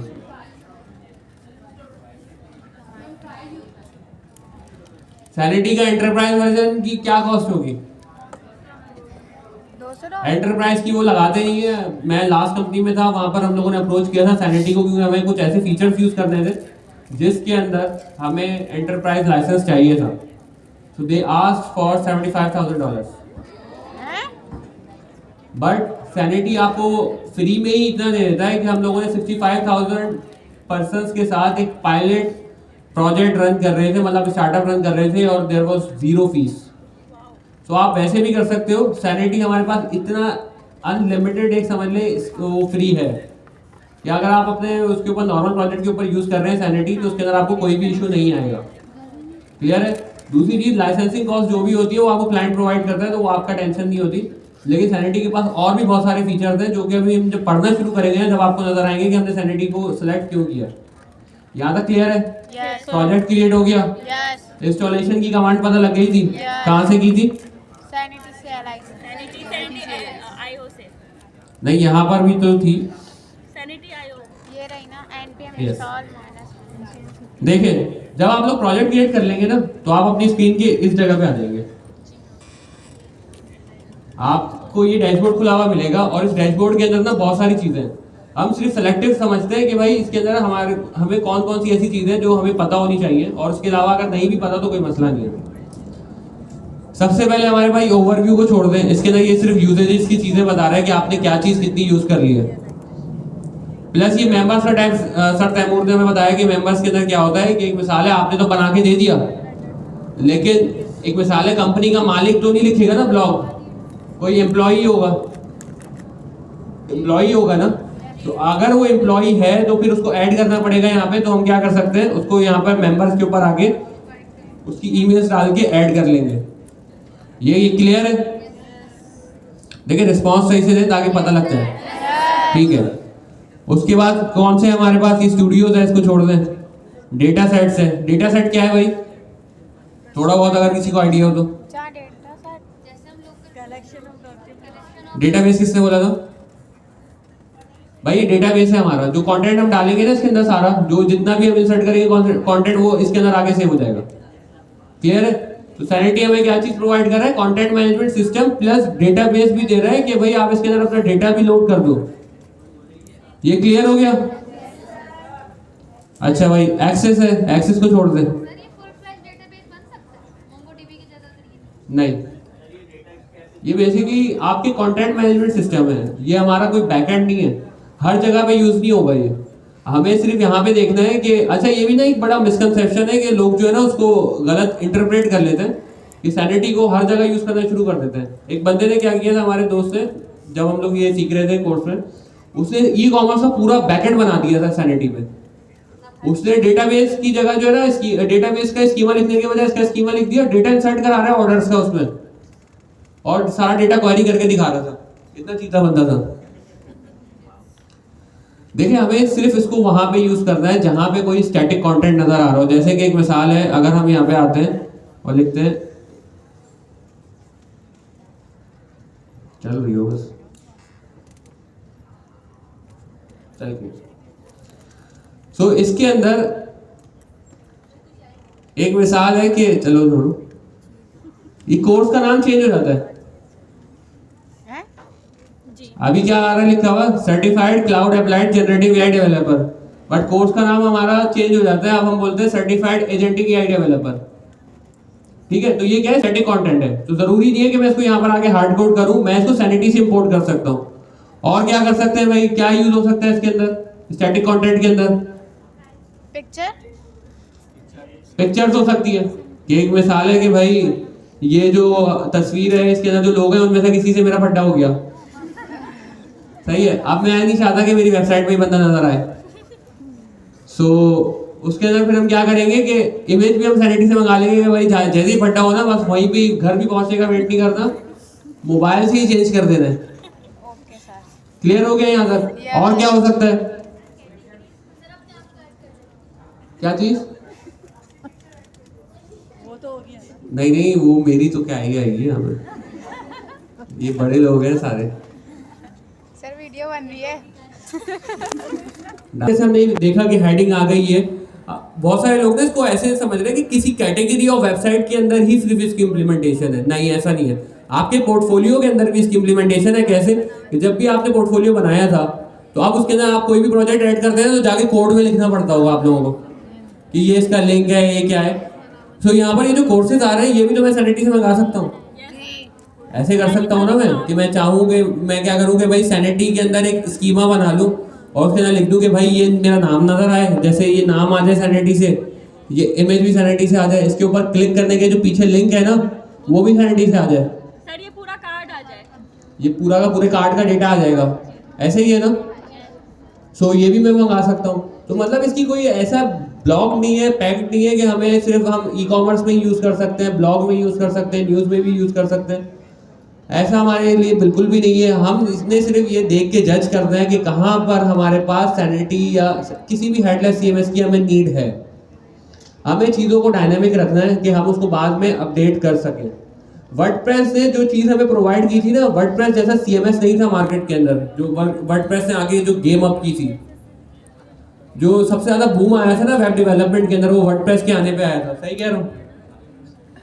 अभी भी 75% वेबसाइट्स ऑपरेट जो हो रही है वो वर्डप्रेस पे ही हो रही है, लेकिन वो जो 75% वेबसाइट्स है वो ज़्यादातर बिजनेसेस की इंट्रो वेबसाइट्स है। 2 पेजर वेबसाइट हो गई है नॉर्मल, हमारी जैसी ये वेबसाइट है गवर्नर की इनिशिएटिव की। सो ये वेबसाइट हम लोग यूजुअली जो बनाएंगे ना, हम लोग इस टाइप की भी एप्लीकेशन बना रहे होंगे, लेकिन हम थोड़े बड़े लेवल पे बात कर रहे हैं कि भाई हमारे पास नेटफ्लिक्स टाइप की एप्लीकेशन कैसे बनती है। हम लोग क्योंकि हर चीज़ को ना अलग अलग करके पढ़ रहे हैं, हम लोग उस best of the best tech stack को पढ़ रहे हैं। हम लोग बैकएंड में नेक्स्ट ईयर डिस्कस तो करेंगे एपीआईज बनाने के लिए, लेकिन हम उसके ऊपर एपीआईज बनाएंगे नहीं। हम लोग जाएंगे पाइथन फास्ट एपीआई के ऊपर, वहां से एपीआईज बनाएंगे, माइक्रो सर्विसेज के अंदर काम करेंगे, रादर देन मोनोलिथिक पे नहीं जाएंगे हम कि हमारा बैकएंड भी है हमारा फ्रंट एंड भी है, दोनों एक ही जगह पे। पता लगा एक पेज के ऊपर कोई एरर आया है, पूरा एप्लीकेशन बंद हो गया।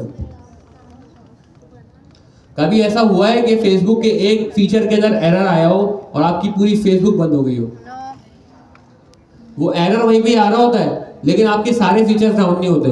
बट राइट नाउ आपकी किसी एक फाइल में एरर आता है, आप लोगों की बिल्ड नहीं बनती, तो क्या एरर आता है आपके पास? लोकल होस्ट नहीं चलता, पेज नॉट फाउंड आ रहा होता है वर्सल के ऊपर। वो क्या है? वो बिल्ड एरर है आपके पास, आपकी एप्लीकेशन डाउन हो गई। किस वजह से? कि एक छोटी सी गलती आपने की और आपकी एप्लीकेशन डाउन। तो यूजुअली हम क्या करते हैं, माइक्रो छोटी छोटी एप्लीकेशंस बनाते हैं। एक मिसाल है, हमें पता है कि भाई यहाँ से यूजर जो है ना प्रोडक्ट्स देखेगा, प्रोडक्ट डिटेल पेज है हमारे पास, ये वाली प्रोडक्ट से रिलेटेड ये सर्विस हो गई, हमारी पेमेंट सर्विस हम अलग बना लेते हैं, उसका पूरा हिसाब किताब अलग रखते हैं। लेकिन ये जब आप लोग आएंगे इंडस्ट्री के अंदर तो सीख जाएंगे। तो ये बिल्कुल क्लियर हो गया सैनिटी के हिसाब से कि सैनिटी की इम्प्लीमेंटेशंस कहाँ पे हैं और हम लोग क्यों यूज करते हैं, कहाँ पे यूज कर रहे हैं और इसको यूज क्यों कर रहे हैं। क्लियर है सबको? क्लियर है? ठीक है। अच्छा भाई, अभी हमने उसके बाद एक वापसी आ जाते हैं सैनिटी के डैशबोर्ड के ऊपर।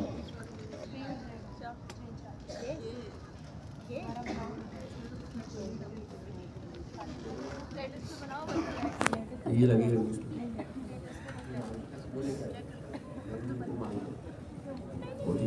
ये एपीआई है और ये सेटिंग्स है, इसको छोड़ दें, जब हम देखेंगे ना तो डिस्कस कर लेंगे इसको। इसके बाद आप लोगों ने क्या करना है, आप लोगों के पास ये स्टार्टिंग के अंदर क्या खुला हुआ आ रहा था, ये ओवरव्यू का टैब खुला हुआ था। अच्छा, शुरू से हमारी अप्रोच ये है कि हम लोग स्टूडेंट को इस तरीके से लेके चले कि स्टूडेंट जो है ना किसी के ऊपर डिपेंडेंट नहीं हो, किसी टीचर के ऊपर डिपेंडेंट नहीं हो। अगर वो अपनी स्टडी खुद से करना चाहता है, एक मिसाल है, तो वो कर सके। सो हमारे पास ये जब आप गेटिंग स्टार्टेड के ऊपर आते हो ना, तो हमें एक बहुत अच्छी चीज़ मिल गई। हमें सैनिटी की डॉक्यूमेंटेशन पे भी नहीं जाना, हमें कुछ भी नहीं करना। आपने क्या करना है, सैनिटी की जो आपने प्रोजेक्ट बनाई है इसके अंदर आप आए गेटिंग स्टार्टेड के टैब पे, यहाँ पे उसे सब कुछ लिखा हुआ है कि आपको क्या करना है।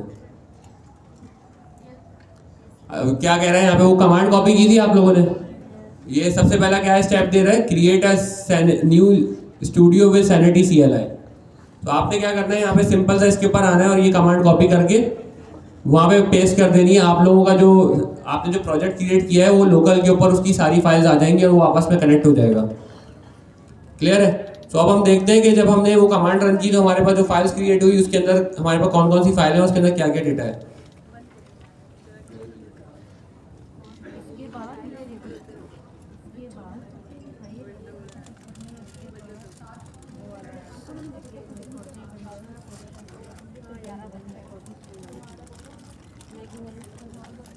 सबसे पहले आप यहाँ पर देखेंगे ना, यहाँ पे कुछ कॉन्फ़िगरेशन से रिलेटेड फाइल्स हैं, सैनिटी CLI.ts। इसके अंदर क्या हो रहा है कि भाई हमारे पास कुछ वो है process.env और प्रोजेक्ट आईडी और एक डेटा सेट है। अब देखिए, मैं यहाँ से सैनिटी का एक प्रोजेक्ट बनाऊंगा, उसके अंदर जो है ना कोई स्कीमा बनाऊंगा। फिर स्कीमा बनाने के बाद उसके अंदर एक मिसाल है, मैं ब्लॉग से रिलेटेड स्कीमा बनाया मैंने। उसके ऊपर अभी हम आएंगे, बस ये समझ लें कि ये कुछ है, जैसे टाइप बनाते हैं ना, टाइप की तरह है। अभी हम वो बता देते हैं उसको, फिर वो उसके बेसिस के ऊपर चलता है। आप देखें, मैं एक सैनिटी का प्रोजेक्ट क्रिएट कर रहा हूँ अपने लोकल के ऊपर, ठीक है। उसके अंदर मैं कुछ ना कुछ ऐड करता हूँ, कोई प्रोडक्ट ऐड करता हूँ, कोई ब्लॉग ऐड करता हूँ, और वो जाकर कहाँ से होना चाहिए, मेरे सैनिटी के अकाउंट के अंदर जो मैंने प्रोजेक्ट क्रिएट किया उसके डेटा सेट के अंदर। तो मुझे कुछ ना कुछ ऐसी कोई साइन इन के लिए कोई लॉगिन URLs होते हैं ना, जैसे हम यूज करते हैं फेसबुक अकाउंट खोलने के लिए, तो मुझे उसको एक्सेस करने के लिए कुछ क्रेडेंशियल्स चाहिए होते हैं जिसकी बेसिस के ऊपर मैं कोई ना कोई डेटा सेंड कर सकूं, ठीक है, ताकि वो मेरे अकाउंट के ऊपर जाके वो डेटा सही से सेव हो। क्लियर है? सो उसके लिए हमारे पास एक प्रोजेक्ट आईडी होती है और एक डेटा सेट होता है। यहाँ तक क्लियर है? इसके थ्रू हम डेटा ऐड कर रहे होते हैं, वो हमारे जाके प्रोजेक्ट के अंदर सेव हो रहा होता है। अब क्या है कॉन्फ़िग के अंदर, कॉन्फ़िग के अंदर यहाँ पर बहुत जो कॉन्फ़िगरेशन से रिलेटेड सैनिटी की चीज़ें हैं ना, वो डिस्कस हुई है कि भाई सैनिटी जो हमने बेसिकली एम्बेड किया है अपनी एप्लीकेशन के अंदर, वो कौन से राउट के ऊपर होगा, तो वो राउट यहाँ पर लिखा हुआ है, ठीक है। प्रोजेक्ट आईडी आ गई, डेटा सेट हो गया, और ये सारी चीज़ें यहाँ पे लिखी हुई हैं। इनसे अगर हमें ये चीज़ें नहीं भी आती ना, तो हमें कोई समझ में नहीं आ रही, कोई टेंशन लेने वाली चीज़ नहीं है, क्योंकि ये हमें इसको छेड़ना भी नहीं है। ये वो चीज़ है जो आप सैनिटी की कमांड रन करोगे और आप दोबारा कभी खोल के देखोगे भी नहीं इस फाइल को, ठीक है। दो चीज़ें ये हो गई। उसके बाद क्या है भाई, सैनिटी के अंदर आ जाते हैं। अब देखिए वो जो मैं स्कीमास कर रहा था ना, अब यहाँ पर देखिए स्कीमा टाइप से रिलेटेड ना एक फोल्डर क्रिएट हुआ है। अब इसके अंदर कुछ ना कुछ फाइल्स होंगी, तो वो हम बाद में देखेंगे। सबसे पहले हम क्या देखते हैं, env.ts। env.ts के अंदर क्या हो रहा है, env.ts के अंदर वही वाली चीजें हो रही हैं। कौन सी, कि भाई एपीआई वर्जन क्या यूज करना है सैनिटी का, डेटा सेट कौन सा यूज करना है, प्रोजेक्ट आईडी कौन सी यूज करनी है, क्लियर है। तो ये जितनी भी फाइल्स क्रिएट हुई है ना, ये बाय डिफॉल्ट एक सिंगल कमांड रन करने पे क्रिएट हुई है, और इसके बाद हमें इसके अंदर कोई चेंजिंग करनी भी नहीं है। अब हम क्या करेंगे, हमने सिंपल एक कमांड रन की हुई थी कि वो हमने सैनिटी की वहां से कमांड उठाई, यहाँ पे पेस्ट कर दिया। अब हम क्या करेंगे, npm run dev करके देखते हैं कि भाई हमारा सैनिटी हमारे प्रोजेक्ट के अंदर आया भी कि नहीं आया, ताकि हम फिर आगे प्रोसीड करें ना।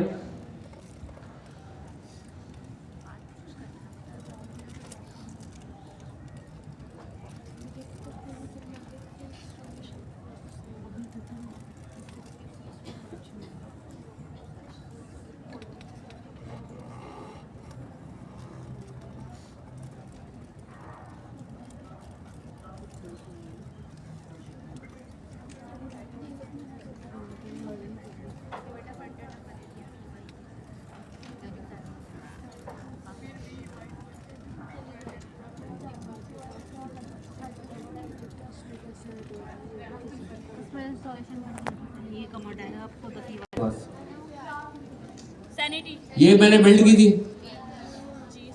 मैंने बिल्ड की थी, ये बाय डिफॉल्ट आ रही है ना। सैनिटी ने हमें ये सारी चीजें बनाकर खुद से दी है, हमें इसके ऊपर कुछ भी काम करने की जरूरत नहीं है। इसके अंदर जो लॉगिन के जो मेथड्स हैं वो सारे सैनिटी ने इंप्लीमेंट करके दिए हैं। सैनिटी अभी आगे चल के आप इसका पूरा एक डैशबोर्ड देखेंगे, वो भी पूरा का पूरा सैनिटी ने हमें बना के दिया है। तो इतना ईज है सैनिटी को यूज करने का। सिंगल एक कमांड हमने सिर्फ प्रोजेक्ट क्रिएट करके रन किए और सैनिटी हमारी एप्लीकेशन के अंदर आ गया। अब हम इसको कंपेयर करते हैं, मिसाल है हेडलेस को हटा के भी अगर हम जाते हैं ना, जैसे वर्डप्रेस है, वर्डप्रेस को अपनी एप्लीकेशन के साथ इंस्टॉल करके चलाना एक अजाब है। तकरीबन 1 दिन लगता है आपको सिर्फ उसको इंस्टॉल मार के अपने एप्लीकेशन के साथ और उसको सेटअप करने में। ये इश्यूज है हमारे पास, जब भी लोग जो है हट के हेडलेस की तरफ आए, ईज की तरफ आए कि भाई हमें ऐसी चीज चाहिए कि जो रेडी टू गो हो, कि बस आप एक कमांड रन करो और आप अपना काम स्टार्ट करो। अब देखें ना, मुझे सैनिटी के ऊपर टाइम वेस्ट करने की नीड नहीं है, मुझे नेक्स्ट.js का प्रोजेक्ट क्रिएट करने के लिए टाइम वेस्ट करने की नीड नहीं है। सिंगल कमांड है npx क्रिएट नेक्स्ट ऐप और वो पूरी एप्लीकेशन बना देता है। क्या ये एप्लीकेशन बनाना जरूरी है? हम लोग नहीं बना सकते। नेक्स्ट.js की जो ये क्रिएट नेक्स्ट ऐप वाली जो कमांड से हम एप्लीकेशन क्रिएट करते हैं, क्या ये हम खुद से नहीं बना सकते? स्टार्टिंग में जब रिएक्ट आई थी ना, ये खुद ही बनानी पड़ती थी, कोई बॉयलर प्लेट कोड नहीं मिलता था, ऐसे ही था। सारी पैकेज जेसन बना रहे होते थे आप स्टार्टिंग के अंदर। तो ये वाले बड़े इश्यूज थे, तो इन चीज़ों को जो है ना बहुत ज़्यादा कम्युनिटी ने बैठ के रिजॉल्व किया कि भाई डेवलपर्स के क्या इश्यूज हैं। सो उन चीज़ों को एड्रेस करते हुए फिर ये सारी चीज़ें डेवलप हुई। अब वो क्या कह रहे हैं मुझे कि भाई यहाँ पर लोकल होस्ट 3000 स्टूडियो के ऊपर आपको सैनिटी का डैशबोर्ड पूरा सेटअप करके दे दिया मैंने, अब आप इसको यूज़ करो। मैंने क्या करना है, सबसे पहले क्योंकि मैंने बनाया है, ठीक है, मैं अपनी एप्लीकेशन होस्ट कर देता हूँ। अब इसके अंदर जो डेटा है वो मेरी वेबसाइट पर नजर आएगा। तो क्या एक मिसाल है, स्लैश स्टूडियो के ऊपर अगर ये ऑथेंटिकेशन नहीं आती तो क्या इशू होता? जब आप यहाँ पर आके लॉगिन करेंगे ना, तो वो इस चीज को चेक करेगा कि क्या ये जो आप बंदा लॉगिन कर रहा है गूगल से, क्या ये ऑथराइज्ड है, क्या ये उसके मेंबर्स के अंदर ऐड हुआ हुआ है, ये क्या ये सैनिटी का जो प्रोजेक्ट था इसीलिए ही बनाया है। एक मिसाल है, वेबसाइट बनाई आप लोगों ने, मैं जाके स्लैश स्टूडियो के जाके डेटा चेंज कर दिया। मैं नहीं करना, ऐसा होना नहीं होना चाहिए ना कि भाई कोई भी ना आके कर सके, कि बस ऑथराइज्ड पर्सन ही कर सके। सो वो जो मेंबर्स का टैब हमने देखा था ना, उसके अंदर जो भी मेंबर ऐड हुआ होगा वो ही यहाँ से लॉगिन कर सकते हैं, अदर देन दैट वो एरर दे देगा। तो हम चाहते हैं इसको गूगल के ऊपर करते हैं साइन इन। कौन सा अकाउंट है?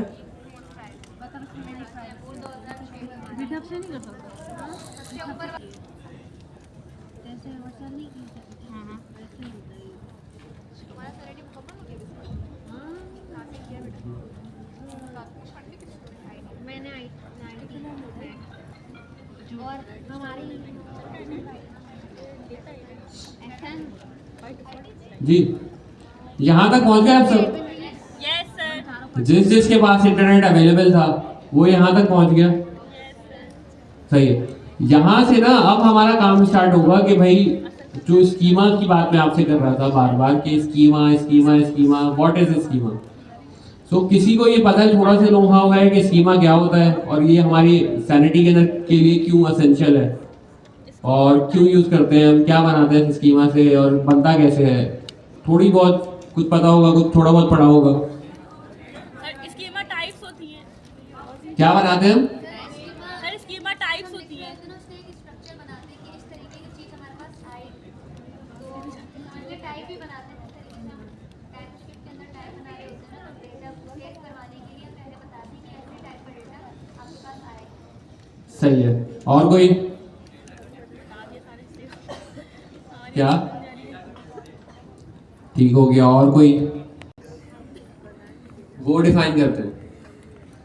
ये भी बहुत अच्छी बात आ गई है हमारे पास कि भाई ये जो फॉर्म के अंदर हमारे पास जो फील्ड्स होती हैं कि जिसके थ्रू हम डेटा रिसीव करेंगे वो हम बनाते हैं। फील्ड्स के अंदर ऑब्जेक्ट होते हैं, फील्ड्स के अंदर ऑब्जेक्ट होते हैं, एरे भी होते हैं, हम उसको उसमें यूज़ करते हैं।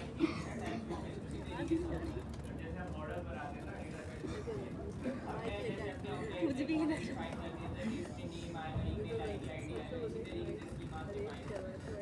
सही हो गया।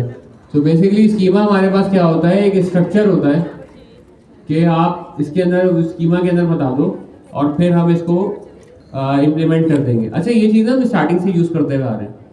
क्या रिएक्ट के अंदर राउट ऐसे ही बनता है कि कोई ऐप डायरेक्टरी होती है उसके अंदर फाइल बनाओ और राउट बन जाएगा?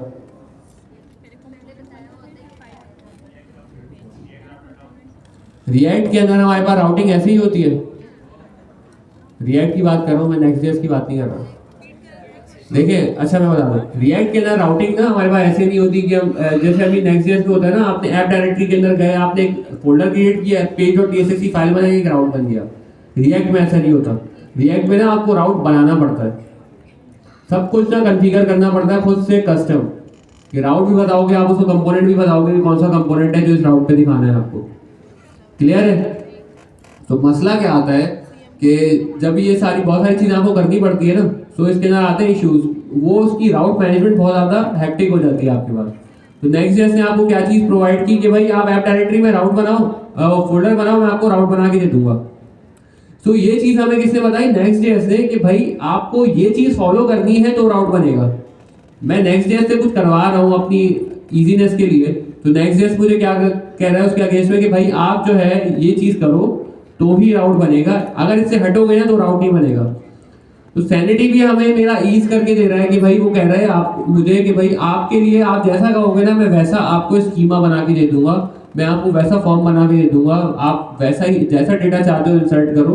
बट ये है कि उसके लिए उसके कुछ पैरामीटर्स हैं कि आप ये चीज़ बता दो तो ही मैं करके दूंगा, अदर देन डैट मैं आपको करके नहीं दूंगा। क्लियर है?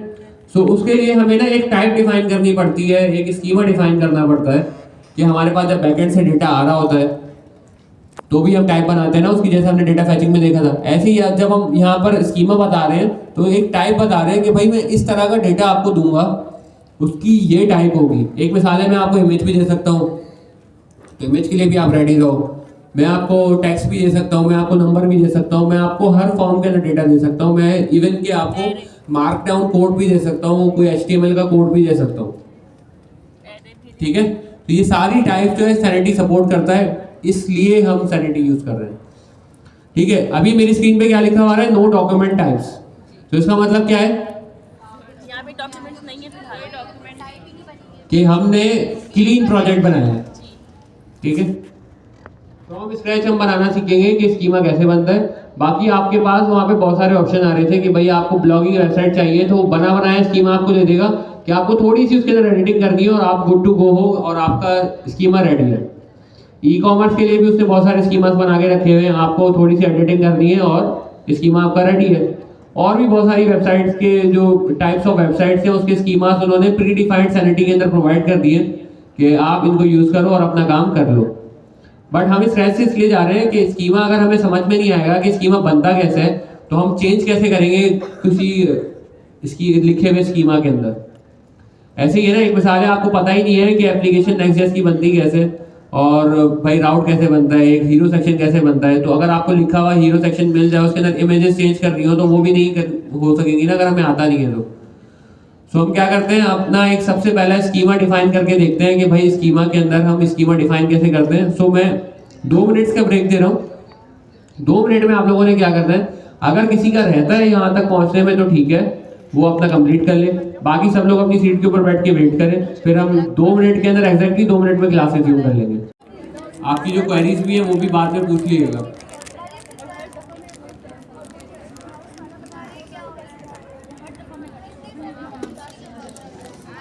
सैनिटी का स्कीमा बनाने के लिए ना स्कीमा बहुत सिंपल है, हमें सिर्फ 4 चीजें बतानी है पूरा ओवरऑल स्कीमा क्रिएट करने के लिए। कौन कौन सी? सबसे पहले क्या बताना है, टाइटल बताना है, नेम बताना है, टाइप बतानी है और फील्ड्स बतानी है। अच्छा भाई, सबसे पहले हम ये बात कर लेते हैं कि हमारे पास टाइटल क्या होता है। टाइटल हमारे पास वो वैल्यू होती है जो कि जब आप अपने स्कीमा के डैशबोर्ड के ऊपर देखेंगे ना तो वो आपको जो व्यू पे नजर आ रही होगी ना, टाइटल हमेशा वो वाली चीज होती है। दूसरा क्या होता है, नेम। नेम हमारे पास वो वाली वैल्यू होती है जो कि सैनिटी जिसको ट्रैक करते हुए अपने डॉक्यूमेंट्स को, स्कीमास को यूनिकली आइडेंटिफाई करता है। थर्ड चीज क्या हो गई हमारे पास, टाइप। अब टाइप के अंदर हम ये चीज बताते हैं कि हमारे पास बहुत सारी चीजें होती है ना, अभी जैसे हम जिस तरीके से इसकी टाइप बता रहे हैं ना स्कीमा की, उसी तरीके से सेम फॉर्मेट के ऊपर हम टाइप बता रहे होते हैं फील्ड की। तो हम इसको इस तरीके से आइडेंटिफाई कराते हैं कि हम बता देते हैं कि टाइप डॉक्यूमेंट। जब हम वहां पर टाइप डॉक्यूमेंट डिफाइन कर देते हैं तो सैनिटी को ये पता लग जाता है कि ये जो स्कीमा डिफाइन हो रहा है ये फील्ड का स्कीमा नहीं है, ये डॉक्यूमेंट का स्कीमा है। क्लियर है यहाँ तक? हमने कितनी चीजें डिस्कस की? पहली सबसे क्या थी, टाइटल। टाइटल पूछा सबसे पहले, बताया ना मैंने। तो टाइटल हमारे पास किस चीज के लिए यूज हो रहा होता है, स्कीमा के डैशबोर्ड से यूज। जो चीज हमें यूआई पे देखनी है वो वैल्यू टाइटल के अंदर हम इंसर्ट करते हैं। क्लियर है? नेम किस लिए यूज होता है, किस चीज की आइडेंटिफिकेशन के लिए? सैनिटी यूज करता है नेम को आइडेंटिफाई करने के लिए कि हमारे पास कौन सा स्कीमा ये है। समझ में आया? मैंने बनाया भाई पोस्ट का स्कीमा बनाया, मैंने ई कॉमर्स की प्रोडक्ट्स का स्कीमा बनाया, मैंने एक मिसाल है वहाँ पर और भी स्कीमास बनाए, मैंने क्या नाम है, एक मिसाल है मेरे होम पेज के ऊपर जो डेटा था ना उसका स्कीमा बनाया।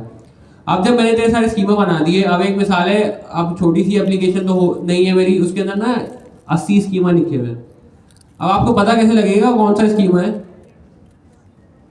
ये भी जो चीज है ना, तो सैनिटी को भी तो पता हो कि कौन सा स्कीमा आपने बनाया है। तो उस चीज के लिए आइडेंटिफिकेशन के लिए हमारा नेम यूज होता है। तीसरी चीज है टाइप। टाइप हमारे पास होती है सैनिटी के स्कीमा की डॉक्यूमेंट। और फोर्थ चीज है फील्ड्स। ठीक है, तो ये हम लोगों ने समझ लिया। अब हम ना इसको बनाकर देखते हैं कि भाई हमारे पास कैसे होता है। सबसे पहले हम क्या करते हैं कि भाई एक पोस्ट का स्कीमा बनाते हैं। पोस्ट टाइप डॉट टीएस के नेम से मैंने एक फाइल बनाई, यहां पे ये फाइल मेरी बन गई। अच्छा, अगर कोई पढ़ के आया है तो वो थोड़ी सी हेल्प कर सकता है? क्या? कोई पढ़ के आया है, स्कीमा आता है किसी को? Yes sir. कितने लोगों को आता है? हैंड रेज करें। 2 बंदे। चलिए हम देखते हैं, अगर मैं कहीं गलती करूं तो बताना। हम एक वेरिएबल क्रिएट कर लेते हैं, एक्सपोर्ट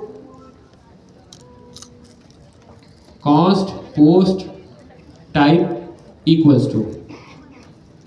क्लियर है? अब हमें क्या करना है, अपना स्कीमा लिखना है, स्टार्ट करना है। स्कीमा हमने जैसे देखा था कि भाई हमारे पास एक ऑब्जेक्ट होता है, तो हम स्कीमा को जो डिफाइन करते हैं ना वो एक ऑब्जेक्ट की फॉर्म के अंदर डिफाइन कर रहे होते हैं। और हम क्या करेंगे, इसको एक्सपोर्ट भी कर देंगे ताकि हम इसको कहीं भी ताकि सैनिटी को भी पता लग जाए ना कि भाई ये ऐसा कोई स्कीमा आ गया है। आप जैसे अपने जो पेज और TSX के अंदर से अगर अपने कंपोनेंट को जब एक्सपोर्ट नहीं कर रहे थे तो हमारे पास क्या इशू आ रहा था, उसको राउट ही नहीं मिलता था, उसको कंपोनेंट ही नहीं मिलता था। Next.js को भी तो एक्सपोर्टेड चीज़ चाहिए ना, तो इसलिए हमें क्या करना पड़ता है भाई, हम क्या करेंगे यहाँ पे एक्सपोर्ट डिफॉल्ट पोस्ट टाइप।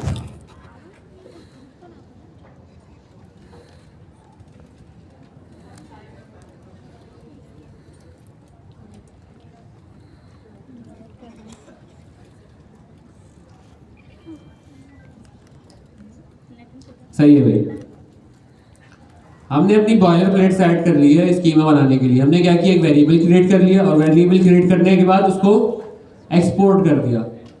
अब मैं यहाँ पर ना लिखना शुरू करता हूँ स्कीमा कि भाई स्कीमा क्या होता है। भाई टाइटल बताना है सबसे पहले, तो मैंने भाई टाइटल बताया, और टाइटल के अंदर क्या बताना है, जो हमें शो कराना है यूआई में, जो पोस्ट जो चीज़ मुझे यूआई के ऊपर दिखानी है ना, वो हम यहाँ पर लिख देते हैं। ठीक है, अच्छा अब मुझे ये चीज़ पता नहीं लग रही कि क्या मैं ये चीज़ सही लिख रहा हूँ कि नहीं लिख रहा, क्या सही मेथड्स यूज़ कर रहा हूँ कि नहीं कर रहा। जैसे हमारे पास एरे हम बनाते हैं कहीं पे, तो अगर हम स्ट्रिंग की एरे बताते हैं तो उसके बाद एरे के वेरिएबल के बाद डॉट लगाते हैं, तो वो स्ट्रिंग की एरे के ऊपर जो भी हमारे पास मेथड्स अवेलेबल होते हैं वो हमें लिख देता है। हमारे पास नॉर्मल स्ट्रिंग के ऊपर जो वेरिएबल्स मेथड्स अवेलेबल होते हैं वो दे देता है। तो ये सारी इंटेलिजेंस हमें मिल रही होती है, कौन प्रोवाइड कर रहा होता है, VS कोड कर रहा होता है या टाइप स्क्रिप्ट कर रही होती है, टाइप स्क्रिप्ट कर रही होती है। तो अब हम जब स्कीमा लिख रहे हैं तो अब स्कीमा के अंदर भी ना मुझे समझ में नहीं आ रहा कि ये टाइटल स्मॉल टी के साथ है या कैपिटल टी के साथ है, या टाइटल है भी कि नहीं। तो अब टाइप इंटेलिजेंस कैसे आएगी, उसके लिए कुछ ना कुछ तो ऐसा करना पड़ेगा कि मेरे पास जो है इंटेलिजेंस आए। Extension download. तो सैनिटी है हमारे पास जी, कंट्रोल स्पेस बार से तो उसको पता ही नहीं है ना, वो तो टाइप जावास्क्रिप्ट की और टाइप स्क्रिप्ट की जो भी इंटेलिजेंस है वो प्रोवाइड कर देता है। बट सैनिटी तो हमने अलग से चीज़ इंसर्ट की है इसके अंदर। जैसे हम सोचे जब हम टेलमेंट कर रहे थे तो टेलमेंट के केस में हमने क्या किया था, टेलमेंट इंटेलिजेंस की एक एक्सटेंशन इंस्टॉल की थी उसकी इंटेलिजेंस के लिए। तो हमारे पास हमें सैनिटी के लिए भी ना कुछ ऐसा ही करना पड़ेगा जिसके थ्रू हम स्कीमा की जो है इंटेलिजेंस हमें मिल सके।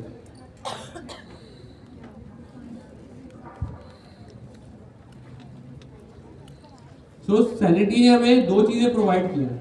सबसे पहले एक चीज़ देखते हैं कि भाई हमारे पास सैनिटी ने हमें स्कीमा लिखने के लिए एक फंक्शन दिया है, बोला भाई डिफाइन टाइप। सैनिटी ने कहा है कि भाई आप ये फंक्शन कॉल करो और इसके अंदर अपना स्कीमा डिफाइन करो। आप जब इसके अंदर स्कीमा डिफाइन करेंगे तो सैनिटी कह रहा है कि भाई मैं आपको पूरी की पूरी जितनी भी टाइप इंटेलिजेंस है ना वो मैं आपको पूरी प्रोवाइड करूंगा। यहां तक क्लियर है? डिफाइन टाइप क्या करता है,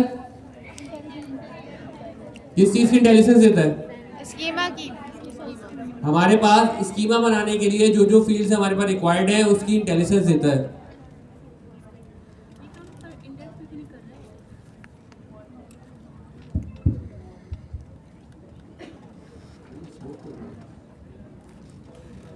सही है। सो अब हमने क्या देखा है, स्कीमा हमारा एक ऑब्जेक्ट है, तो मैंने एक ऑब्जेक्ट क्रिएट कर दिया, मैं नेक्स्ट लाइन पे आ गया। अब मैं देखता हूँ कि भाई यहाँ पर एरर क्या आ रहा है। तो ये कह रहा है कि small argument of type empty object is not assignable to parameter of type. आप देखें उसके अंदर वो सब कुछ बता रहे हैं, क्या टाइप बता रहा है यहाँ पे, देख रहे हैं टाइप के अंदर क्या आ रहा है, स्ट्रिंग, नंबर, बूलियन, और जितनी भी चीजें स्कीमा डिफाइन करने के लिए ना वो पूरी इंटेलिजेंस मुझे मिल गई। अभी सबसे पहले हमने क्या चीज देखी थी, क्या डिफाइन करनी है मुझे इसके अंदर, टाइटल। मैं लिखता हूं टाइटल, ओ शिट, आ गया मेरे पास टाइटल। मैंने टाइटल को सिलेक्ट कर लिया, मुझे सोचना ही नहीं पड़ा कि इसकी स्पेलिंग क्या है, कैपिटल केसिंग है, स्मॉल केसिंग है, कुछ नहीं देखना, सिंपल सा टाइटल लिखा, मुझे पूरी टाइप इंटेलिजेंस मिल गई। मैं चाहूँ तो नॉर्मल जावास्क्रिप्ट या टाइप स्क्रिप्ट के ऑब्जेक्ट से भी कर सकता हूँ, बट हम लोग तो टाइप स्क्रिप्ट पे काम कर रहे हैं, तो टाइप स्क्रिप्ट पे हम काम कर रहे हैं तो हम उसको प्रॉपर स्टैंडर्ड के साथ फॉलो करते हुए सैनिटी का स्कीमा लिखेंगे। टाइटल में हम क्या लिखते हैं भाई, जैसे हमने पहले लिखा था पोस्ट, भाई एक चीज तो हमने कर दी डिफाइन। दूसरी चीज क्या थी, नेम है। अब देखिए नेम की भी इंटेलिजेंस आ गई मेरे पास, मैंने NA लिखा तो नेम मुझे यहाँ पर मिल गया। अब मैं मुझे क्या करना है, इसके अंदर नेम प्रोवाइड करना है, तो नेम के अंदर मैं स्मॉल के अंदर मैंने बता दिया भाई ये एक पोस्ट है। उसके बाद क्या था, टाइप किस चीज की, स्कीमा की, तो मैंने यहाँ पे टाइप लिख दी। अब देखिएगा टाइप के अंदर क्या क्या वैल्यूज प्रोवाइड मैं कर सकता हूँ वो भी सारी उसने मुझे बता दिया। देख रहे हैं क्या, ये एरे भी कर सकता हूँ मैं, ब्लॉक भी कर सकता हूँ। मेन जो फोकस था ना वो यही था मुझे टाइप इंटेलिजेंस यूज करने का, कि मुझे पता हो कि मैं सही चीज लिख रहा हूँ। ऐसे एंड में मुझे पता लग रहा हो कि मैंने स्कीमा गलत लिखा है, और मैं पता लगे 2 घंटे डिबग करने में लग गए मेरे कि मैंने गलती कहाँ पे की है, मेरा स्कीमा क्यों नहीं चल रहा सही। सो अब हमें क्या चीज सिलेक्ट करनी है यहाँ पे टाइप के अंदर, क्योंकि ये स्कीमा है। स्कीमा की टाइप हमेशा हमारे पास कौन सी होती है, डॉक्यूमेंट। बाकी की जो टाइप्स हैं ये हम देखेंगे कि ये टाइप्स हम कहाँ पे यूज कर रहे होते हैं। यहाँ तक क्लियर हो गया। स्कीमा का जो स्ट्रक्चर था ना वो हमने डिफाइन कर दिया। क्या चीज रह गई है इसमें, हमारे पास फील्ड्स रह गई है कि जो हमें जो डेटा हमें प्रोवाइड करना है ना, अब हमें वो डिफाइन करना है कि वो क्या होगा। क्लियर है, यहाँ तक पहुंचे फिर हम आगे बढ़ते हैं। यही है ये चीज। सो टाइप्स के लिए हमें क्या करना पड़ता है, फील्ड्स की टाइप के लिए हमारे पास एक मेथड है, कौन सा, डिफाइन फील्ड। डिफाइन फील्ड का मैंने ये मेथड कॉल किया। अब इसके अंदर मैं सेम जो है ऑब्जेक्ट पास करूंगा, और इसके अंदर अब मैं अपना ऑब्जेक्ट जो है लिखना शुरू करूंगा। सबसे पहले टाइटल दे दिया, पोस्ट का टाइटल क्या होगा, रिपीट कर दूं यहाँ पे, चले यहाँ तक क्लियर है, ठीक है। अब ना हमें फील्ड की टाइप बतानी है। अभी तक हमने स्कीमा की टाइप बना ली कि भाई स्कीमा ये है। हमने अभी तक जो काम किया है ना, हमने सिर्फ काम किया सैनिटी को बताने के लिए कि भाई मैं एक स्कीमा लिखने जा रहा हूँ, उसकी टाइप डॉक्यूमेंट है और उसका नेम पोस्ट है। अब ये जो सारी चीज़ थी ना, सैनिटी के लिए थी, जो कि मैंने उसको करके दे दी कि भाई, और वो क्या करेगा अपने पास जो है ना एक चीज़ लिख लेगा कि अच्छा भाई फाद भाई ने एक बना दी है पोस्ट का स्कीमा, अब जो है ना इसके अंदर ये जो फील्डें लिखेंगे वो जो है ना मुझे वहाँ पर दिखानी है। अब वो हम देखेंगे भी आगे चल के कि भाई हमारे पास जो वो नज़र आ रही है कि नहीं आ रही। क्लियर है। अब हमें क्या करना है कि भाई अब हमें अपने मतलब का काम करना है कि जो डेटा मुझे स्टोर करना है ना, मुझे वो बताना है सैनिटी को कि भाई ये डेटा मैं स्टोर करने के लिए आपके पास लेके आऊँगा। तो उसके लिए हमें फील्ड बनाने के लिए हमारे पास एक मेथड है डिफाइन फील्ड का। अगर हम ये यूज़ करते हैं तो ये हमें हमारी फील्ड को डिफाइन करने के लिए प्रॉपर उसकी इंटेलिजेंस बताएगा कि ये कैसे डिफाइन होती है। क्लियर है, ठीक है। अच्छा भाई अब हम यहाँ पर आ जाते हैं। हम सबसे पहले इसका टाइटल बताते हैं। टाइटल क्या होगा, एक मिसाल है नेम रख लेते हैं टाइटल में, ठीक है। और नेम रखने के बाद मैंने क्या किया, इसके नेम के अंदर क्या बताऊं, अच्छा यहाँ पर हम टाइटल के अंदर करते हैं पोस्ट टाइटल, और यहाँ पर हम बता देते हैं स्मॉल में पोस्ट टाइटल। क्लियर है। अब थोड़ा सा ना सिनेरियो बेस्ड डेवलपमेंट हो रही है, हम ब्लॉक के लिए स्कीमा बना रहे हैं। यहाँ तक हो गया। अब क्या रह गई तीसरी चीज, टाइप रह गई, क्योंकि हमने टाइप तो अभी डिफाइन की ही नहीं। तो टाइप के अंदर हम यहाँ पर क्या, स्ट्रिंग के अंदर कौन सी टाइप आनी चाहिए जी। अभी ये जो मैंने डबल कोटेशन लगाई है इसके अंदर मुझे कौन सी टाइप प्रोवाइड करानी है, स्ट्रिंग कराए हैं, और कौन सी हो सकती है, नंबर हो सकती है, और क्या हो सकती है, और बहुत सारी टाइप्स है। वो आप जब सैनिटी की डॉक्यूमेंटेशन के अंदर जाएंगे तो आपको नजर आएंगी, ठीक है। सो यहाँ पर हम क्या करेंगे, स्ट्रिंग लिख देंगे। हमने स्ट्रिंग लिखा, अब हमने फाइल को अपनी सेव कर ली। अब हम जाकर देखते हैं सैनिटी के स्टूडियो के ऊपर क्या जो हमने ये स्कीमा बनाया था क्या हमें वो वहाँ पे शो हो रहा है। सबसे मेन चीज़ तो यही है ना कि स्कीमा नजर भी तो आए। आते हैं पेज को रिफ्रेश कर लेते हैं। ये तो मसला हो गया, स्कीमा तो नजर ही नहीं आ रहा। स्कीमा हमने बना भी दिया फिर भी नजर नहीं आ रहा। सर इंपोर्ट करेंगे, क्या मसला है, इंपोर्ट करेंगे। देखिए मैंने अभी स्कीमा बनाया इतनी मेहनत करके, मैंने पूरा स्कीमा का स्ट्रक्चर बताया उसे, और मैंने क्या किया, एक फील्ड का भी स्ट्रक्चर उसको बताया कि भाई एक फील्ड मैंने बना दी कि मैं जाकर टेस्ट करूँ कि ये भाई ये दिख कैसा रहा है। बन भी रहा है कि नहीं बन रहा है। हम डेवलपमेंट करते हुए देखते रहते हैं ना कि भाई नैफ बार बनाई, अब देख लो सही बनी भी कि नहीं बनी। पता लगा हम लिखते जा रहे हैं अपना और बनानी थी हॉरिजॉन्टल, नैफ बार लग रहा है आपकी वर्टिकल बन गई साइड बार जैसी। देख रहे होते हैं ना हम सारी चीज़ें, लॉजिक लिखते हुए भी देख रहे होते हैं। उस वजह से मैंने सोचा कि आगे देख लूँ, अब ये नज़र नहीं आ रही। क्या मसला है, कोई बता सकता है? सर आपने कनेक्ट नहीं किया, सर आपने कनेक्ट नहीं किया इंडेक्स में। किसने बोला ये? आपने बोला। देखिए हमने जो स्कीमा बनाया बहुत अच्छा जवाब दिया आपने। स्कीमा मैंने बना लिया, मुझे पता है, सैनिटी को नहीं पता। जी कनेक्ट करवाना है। सो हमें क्या करना पड़ेगा, सैनिटी को बताना पड़ेगा, अपने स्कीमा को सैनिटी के साथ कनेक्ट करवाना पड़ेगा कि भाई ये स्कीमा आप अपने डैशबोर्ड के ऊपर दिखाओ मुझे, ठीक है। सो अभी हमने जो डिफाइन किया था, अब हम क्या करेंगे, इसको कहाँ पर डिफाइन करेंगे? इंडेक्स, ये जो इंडेक्स और टीएस की फाइल है ना, इसके अंदर ये क्या कह रहा है मुझे, स्कीमा और टाइप्स के अंदर ये एम्प्टी एरे यहाँ पर रखी हुई है मेरे पास। तो मैं क्या करूँगा, यहाँ पे पोस्ट इसको इंपोर्ट करूँगा, import post type from dot slash post type. अब मैंने यहाँ से करके जैसे ये किया ना, मैं यहाँ पे इसको प्रोवाइड कर दूंगा। अब देखते हैं कि नजर आएगा कि नहीं आएगा। आना चाहिए वैसे, अब तो आएगा, नहीं है तो फिर मसला फिर लग तो ये रहा है कि आ जाएगा अब आएगा पूरा। आएगा।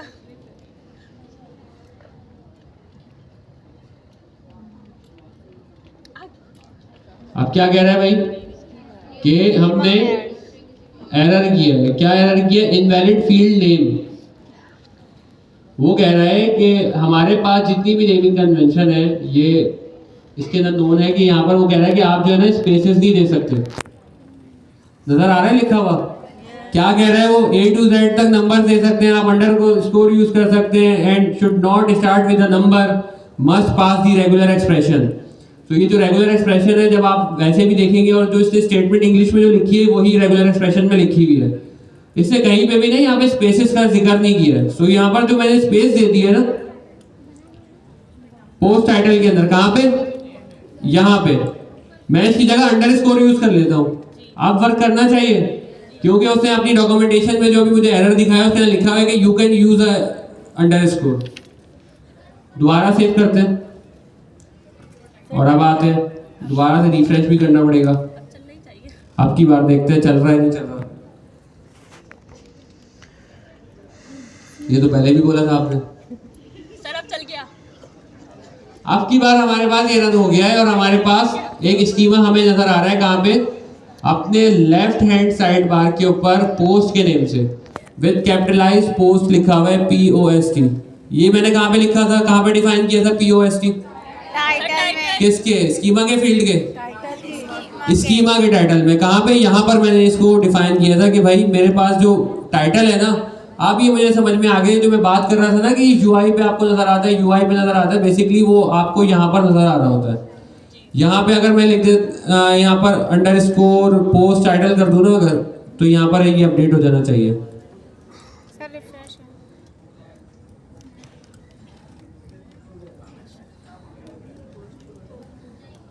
नहीं हुआ।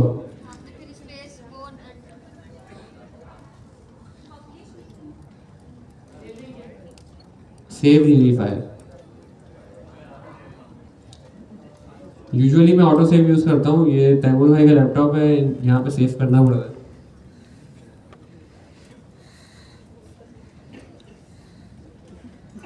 अब देखिए हमारे पास यहाँ पे अपडेट हो गया। आगे सर क्या लिखा हुआ है? Post title. तो हमारे पास टाइटल के अंदर जो भी वैल्यू हम प्रोवाइड करेंगे वो हमें UI पे नजर आएगी, स्कीमा के भी और फील्ड के भी। अब हम इसको क्लिक करते हैं तो टाइटल वो उसके सैनिटी की उसके लिए नहीं है ना, टाइटल हमारे लिए है, हम कुछ भी लिख सकते हैं इसके अंदर। और जो नेम है ना वो सैनिटी के लिए है। तो सैनिटी ने अपना स्टैंडर्ड बता दिया है कि भाई आप कैसे भी डिफाइन कर लो। तो इन चीज़ों के ऊपर प्ले अराउंड करें, डिफरेंट स्कीमा की टाइप्स लगाकर चेक करें कि क्या होता है। हर चीज़ के साथ जब तक प्ले अराउंड नहीं करेंगे आपको समझ में नहीं आएगा कि भाई क्या हो रहा है, कैसे हो रहा है। क्लियर है? Yes sir. अब स्कीमा तो हमने बना ली है, उसके अंदर एक फील्ड भी बनाई है। अब मैं चाह रहा हूँ कि जो है ना इसके अंदर मैं कुछ डेटा इंसर्ट करूँ, और डेटा इंसर्ट करने के बाद क्या हो कि वो मैं देखूँ तो सही कि मेरे पास डेटा आता है कि नहीं आता। यही करना पड़ेगा ना हमें, और क्या करना पड़ेगा? ऐसे ही है भाई। इसके ऊपर हमने क्लिक किया, अब हमारे पास ये एक और जगह खुल गई। सर प्लस अब ये हमारे पास क्या चीज़ है, सर प्लस यहाँ पे हमारे पास पूरी लिस्ट आएगी जो कि इस स्कीमा के अंदर हमने जितनी भी डॉक्यूमेंट्स क्रिएट किए हैं। हम आते हैं प्लस के ऊपर क्लिक करते हैं, और प्लस पे क्लिक करते ही राइट हैंड साइड के ऊपर मेरे पास क्या नजर आया, जो हमने नाम रखा है वहाँ पे। मेरा आ गया वो वाला फॉर्म जो हम क्रिएट करना चाह रहे थे। Yes sir. कि हमारे पास एक लिखा हुआ है न्यू पोस्ट टाइटल, और पोस्ट टाइटल नीचे एक फील्ड मुझे लिखी हुई नजर आ रही है। अब हम इसके अंदर कुछ डेटा इंसर्ट करते हैं। Learn next JS with Hamza Alvi and Fahad Khan. चले sir Hamza Alvi, sorry sir Hamza Alvi live today. सही लाइव स्ट्रीम करेंगे हमजा भाई आज रात को। सो अब ये मैंने लिख लिया, ये डेटा सेव हो गया। पब्लिश करेंगे। पब्लिश पब्लिश क्यों करना है, आगे बता दो दिया। अब ये होता क्या है पब्लिश करने में, सर ताकि अभी जाके मैंने डेटा लिखा है ना। जैसे हम एक मिसाल है, हम एक फॉर्म फिल करते हैं, फॉर्म के अंदर हमने डेटा इंसर्ट किया, इंसर्ट करने के बाद हमें एक वहाँ पे नीचे बटन आ रहा होता है सबमिट फॉर्म का। जब तक हम सबमिट नहीं करते तो हमारा डेटा जो है, हम थर्ड पार्टी जो हमारी है जिसके लिए हम जहाँ पे हम फॉर्म फिल कर रहे हैं, उसके बाद वो डेटा पहुँचता नहीं है। और उस डेटा को पहुँचाने के लिए हमने सबमिट का बटन क्लिक किया, यहाँ पर पब्लिश का है। यहाँ पर पब्लिश पे क्लिक करने पे क्या होगा, सर शो होगा ना ये जो डेटा मैंने इंसर्ट किया है ये सैनिटी के पास जाएगा और सेव हो जाएगा कहाँ पे, ब्राउजर। डेटा सेट के अंदर, जो हमने देखा था ना सैनिटी के ऊपर कंसोल पे। पब्लिश करना पड़ेगा। यहाँ पर हमारे पास डेटा सेट आ रहा है ना, इस डेटा सेट के अंदर हमारे पास आगे डेटा सेव हो जाएगा। क्लियर है, इसको हम कंसोल से नहीं दे सकते, इसको जब भी हमें देखना होता है तो क्वेरी करके ही देखना पड़ता है। चलो तो अब हम करते हैं क्या, कहाँ गया, यस। तो मैं इसको पब्लिश पे क्लिक करता हूँ, अब ये पब्लिश हो रहा है मैंने ये सारा काम सैनिटी से रखा जी। पब्लिश हो गया, यस सर। ठीक है। अब देखें हमारे पास ना यहाँ पे डॉक्यूमेंट भी नजर आ रहा है, और डॉक्यूमेंट में क्या लिखा हुआ नेम आ रहा है, जो हमने टाइटल दिए थे ना वो हमें यहाँ पे शो हो रहा है। इससे ना हम यूनिकली आइडेंटिफाई कर सकते हैं कि भाई मेरी पोस्ट कौन सी थी। तो अब मैं रिफ्रेश करता हूँ, पता नहीं क्या पता है, कुछ ऐसा हो कि सैनिटी ने कोई फ्रंट एंड भी बना दिया हो, कुछ अभी तो नजर आ रहा है, रिफ्रेश पे गायब हो जाए। नहीं ऐसा नहीं होगा। पॉसिबिलिटी है ना इस चीज की।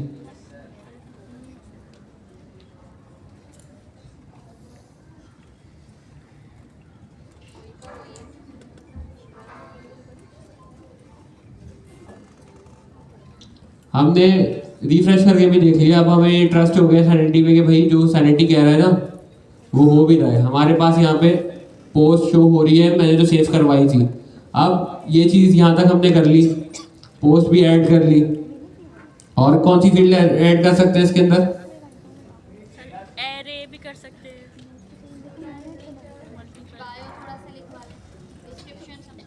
डिस्क्रिप्शन कैसे डिफाइन करूंगा मैं,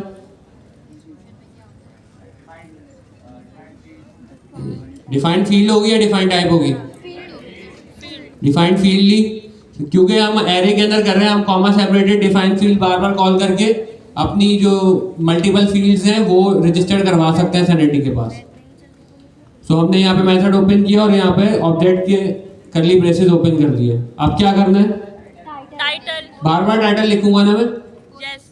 हर फील्ड के लिए 3 चीजें इंपॉर्टेंट है, टाइटल, टाइप और नेम। और नेम। जी। ये 3 चीजें हैं, उसके अलावा और भी बहुत सारी ऑप्शनल चीजें हैं, वो आप लोग एक्सप्लोर कीजिएगा। बट ये है कि अगर आप ये 3 चीजें डिफाइन कर देते हैं तो ये आप इजीली अपने डेटा इंसर्ट कर सकते हैं।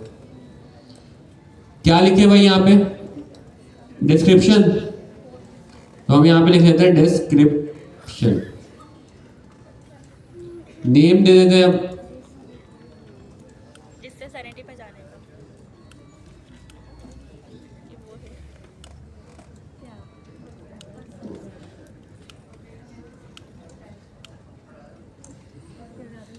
मैंने भी देखो ऐसे रखा हुआ नाम ताकि पहचानने में आसानी हो।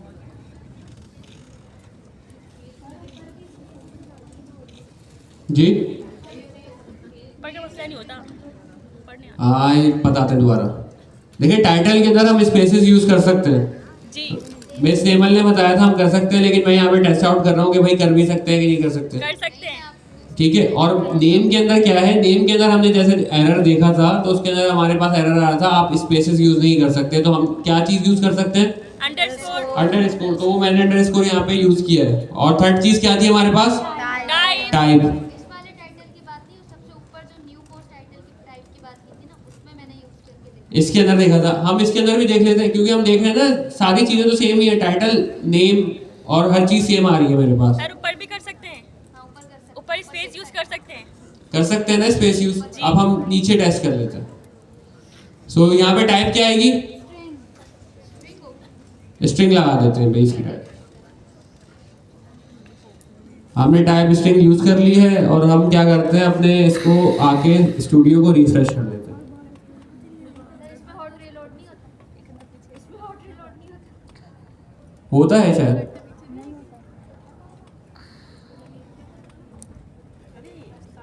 लेकिन वो इतना फ्रीक्वेंटली आप लोगों को यूज करने की नीड ही नहीं पड़ेगी। आप लोग पूरा का पूरा स्कीमा की टाइप एक साथ लिख देंगे। अभी तो हम लोग लर्निंग पर्पसेस के लिए देख रहे हैं तो हम बार बार जा रहे हैं ना। सो मेरे पास अब क्या हुआ, पोस्ट डिस्क्रिप्शन की भी फील्ड आ गई। अब इसके अंदर भी हम कोई ना कोई डेटा ऐड कर देते हैं। देखिए हमने सेम स्कीमा के अंदर अपडेट किया है और जो डेटा मेरे पास सेव था ना वो वैसा का वैसा ही है, बस उसी डेटा के अंदर मेरे पास एक और फील्ड ऐड हो गई। सो सैनिटी का हमारे पास ये फायदा है कि जब हम किसी चीज के अंदर कोई भी एडिशन भी कर रहे हैं तो उसके अंदर उस चीज का ना कोई मसला नहीं हो रहा। डेटाबेस के अंदर अगर जाके मैं कोई फील्ड ऐड कर दूंगा ना वहाँ पे काम खराब हो जाएगा। ऐसे ही होता है भाई, पूरी की पूरी हमें माइग्रेशन चलानी पड़ती है, सारा का सारा जो करंट डेटा लिखा हुआ होता है ना उसके अंदर वो फील्ड जाकर खुद से ऐड करनी पड़ती है डेटाबेस के केस में। लेकिन सैनिटी के अंदर क्या कितना ईजी है कि आपने एक फील्ड ऐड की और उसके अंदर वो शो होने लग गई आपकी पोस्ट फील्ड के अंदर। क्लियर है यहाँ तक। अब हम क्या करते हैं इसके अंदर कुछ डेटा भी ऐड कर लेते हैं। पोस्ट क्या लिखे, welcome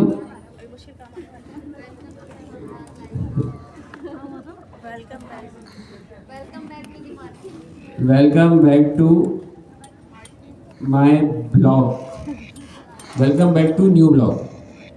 welcome back to class. ये हमजा भाई के लिए है।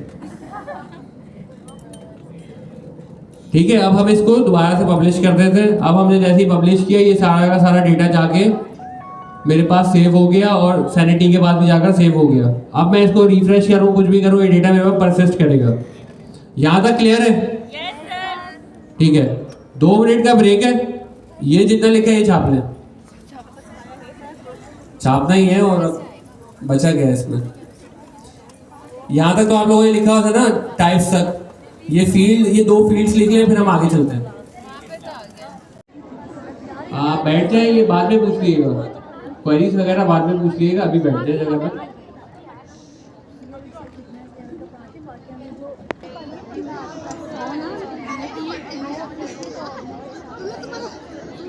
अच्छा, अभी तक हम लोगों ने क्या देखा, हम लोगों ने एक स्कीमा क्रिएट किया। स्कीमा क्रिएट करने के बाद उसके अंदर हमने अपना डेटा इंसर्ट कर दिया।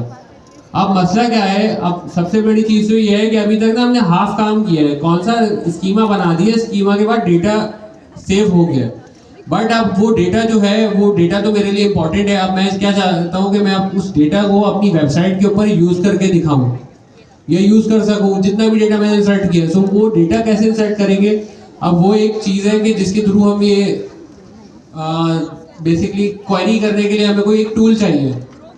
जैसे भाई अब जब तक मुझे पता ही नहीं होगा कि डेटा क्या है, अभी जैसे मिस नेमल का इशू आया हुआ है या पता नहीं रिजॉल्व हो गया कि उन्होंने डेटा पब्लिश किया, नजर नहीं आ रहा।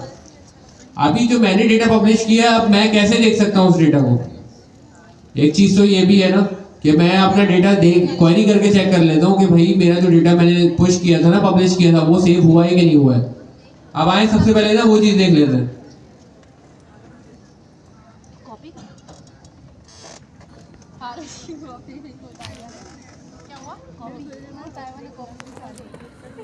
अभी तक ना हम यहाँ पर जब ये सैनिटी का जो डैशबोर्ड हमारे सामने ओपन हुआ है, अच्छा वो देख लीजिएगा बाद में, मैम बाद में देख लीजिएगा, ये देख लें क्वेरी का, फिर वो देख लेंगे बाद में। रिजॉल्व कर लेंगे। यहाँ पे हमारे सामने जो पूरा डैशबोर्ड खुला है ना सैनिटी का, इसके अंदर ना डिफरेंट टैब्स आ गए हैं। अभी तक हम कहाँ पर देख रहे थे, स्ट्रक्चर्स के टैब के ऊपर थे और वहाँ पर हम सारे अपने स्ट्रक्चर्स देख रहे थे, अपना डेटा इंसर्ट उसके अंदर कर रहे थे। हमारे पास एक है विजन का टैब। भाई ये विजन का टैब क्या होता है? विजन के टैब के अंदर हम सारा का सारा जो डेटा की विजुअलाइजेशन है ना, हम वो कर सकते हैं। कैसे कि भाई हमारे पास यहाँ पर ये पूरा एक टैब दिया हुआ है, यहाँ पर ये कह रहा है कि अपनी क्वेरी लिखो कि आपको डेटा कैसा चाहिए। अच्छा, थोड़ा सा एक कॉन्सेप्ट दे देता हूँ कि जो डेटा बेसिस होता है ना हमारे पास, उसके अंदर जब हम डेटा स्टोर करते हैं, तो जब हम उसके अंदर से डेटा एक्सट्रैक्ट करते हैं, डेटा को फैच करते हैं, तो हमें उसको कुछ पैरामीटर्स प्रोवाइड करने होते हैं। उस चीज़ को हम क्या कहते हैं कि भाई ये क्वेरी है, कि डेटाबेस की क्वेरी है, या आपकी जो भी क्वेरी होती है वो आप पोस्ट करते हो, उसके अगेंस्ट में आपको रिस्पॉन्स मिलता है। तो ये उस तरीके से आप एक क्वेरी लिख के देते हो। जो ये क्वेरी आप किस फॉर्मेट में लिखोगे वो भी सैनिटी ने आपको बताया कि भाई आपने इस फॉर्मेट में क्वेरी लिख दी है, मैं आपको डेटा रिटर्न कर दूंगा। यूजुअली जो हम नॉर्मल प्रोडक्शन डेटाबेसेस यूज करते हैं उनके भी कुछ ना कुछ पैरामीटर्स होते हैं कि क्वेरी लिखने के, कि आपको किस टाइप की क्वेरी लिख के देनी है। जैसे एसक्यूएल है, समझने की जरूरत नहीं है, वैसे ही एक चीज़ बता रहा हूँ। एसक्यूएल का अलग तरीका है, मोंगोडीबी का अलग तरीका है, सुपरबेस है उसका अलग तरीका है, और भी बहुत सारे डेटाबेसेस हैं, उनके डिफरेंट फॉर्मेट्स हैं क्वेरी लिखने के। यहाँ तक क्लियर हो गया? अभी जो मोंगोडीबी की जो सैनिटी की जो क्वेरी लिख रही है उसका फॉर्मेट है ग्रॉक। ग्रॉक एक लैंग्वेज है जो सैनिटी ने क्रिएट की है, और उसके थ्रू हम सैनिटी के डेटा सेट से बात करते हैं और उससे डेटा सेट से डेटा फैच करते हैं। यहाँ तक क्लियर हो गया? Yes sir. ठीक है। अच्छा, यहाँ पे एक फैच का बटन दिख रहा है नीचे, यहाँ पर अगर आप लोग देखें, ये देखें बॉटम लेफ्ट के ऊपर एक बटन नजर आ रहा है मुझे फैच के नेम से। मैं इसको क्लिक करता हूँ कि भाई मुझे क्या चीज़ रिटर्न होती है। कुछ रिटर्न हो रहा है?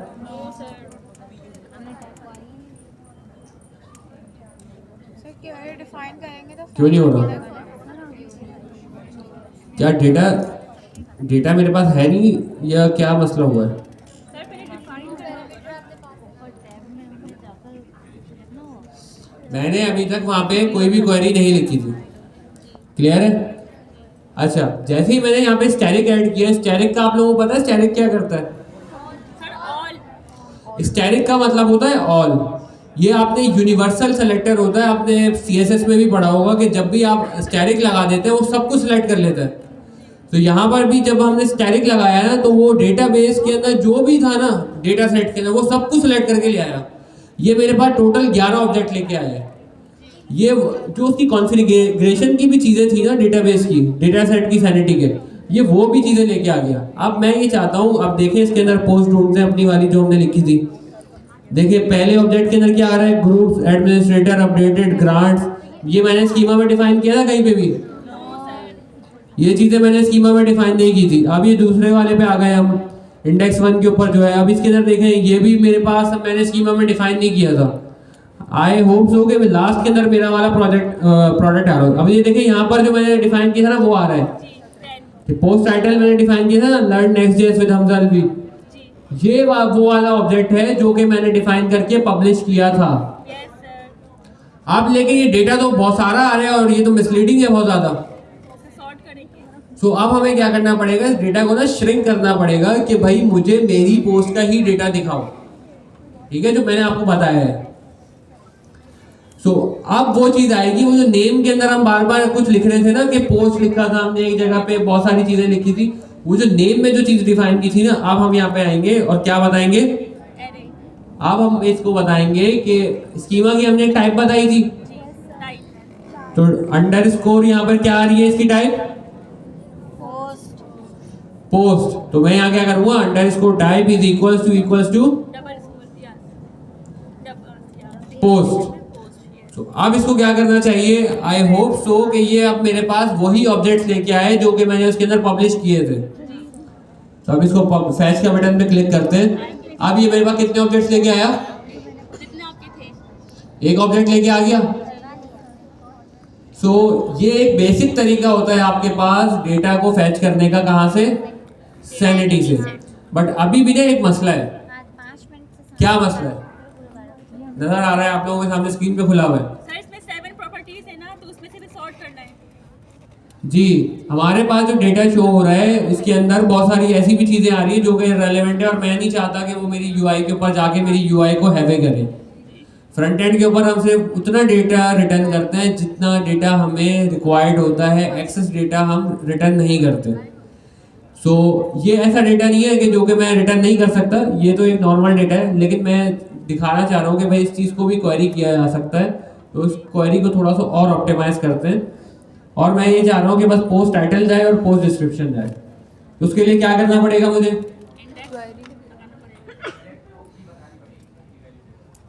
क्या करना पड़ेगा, मुझे सैनिटी को वो कीज बतानी पड़ेंगी जो कि मुझे चाहिए, और जो नहीं चाहिए वो ऑलरेडी एग्जेम्प्ट कर देगा।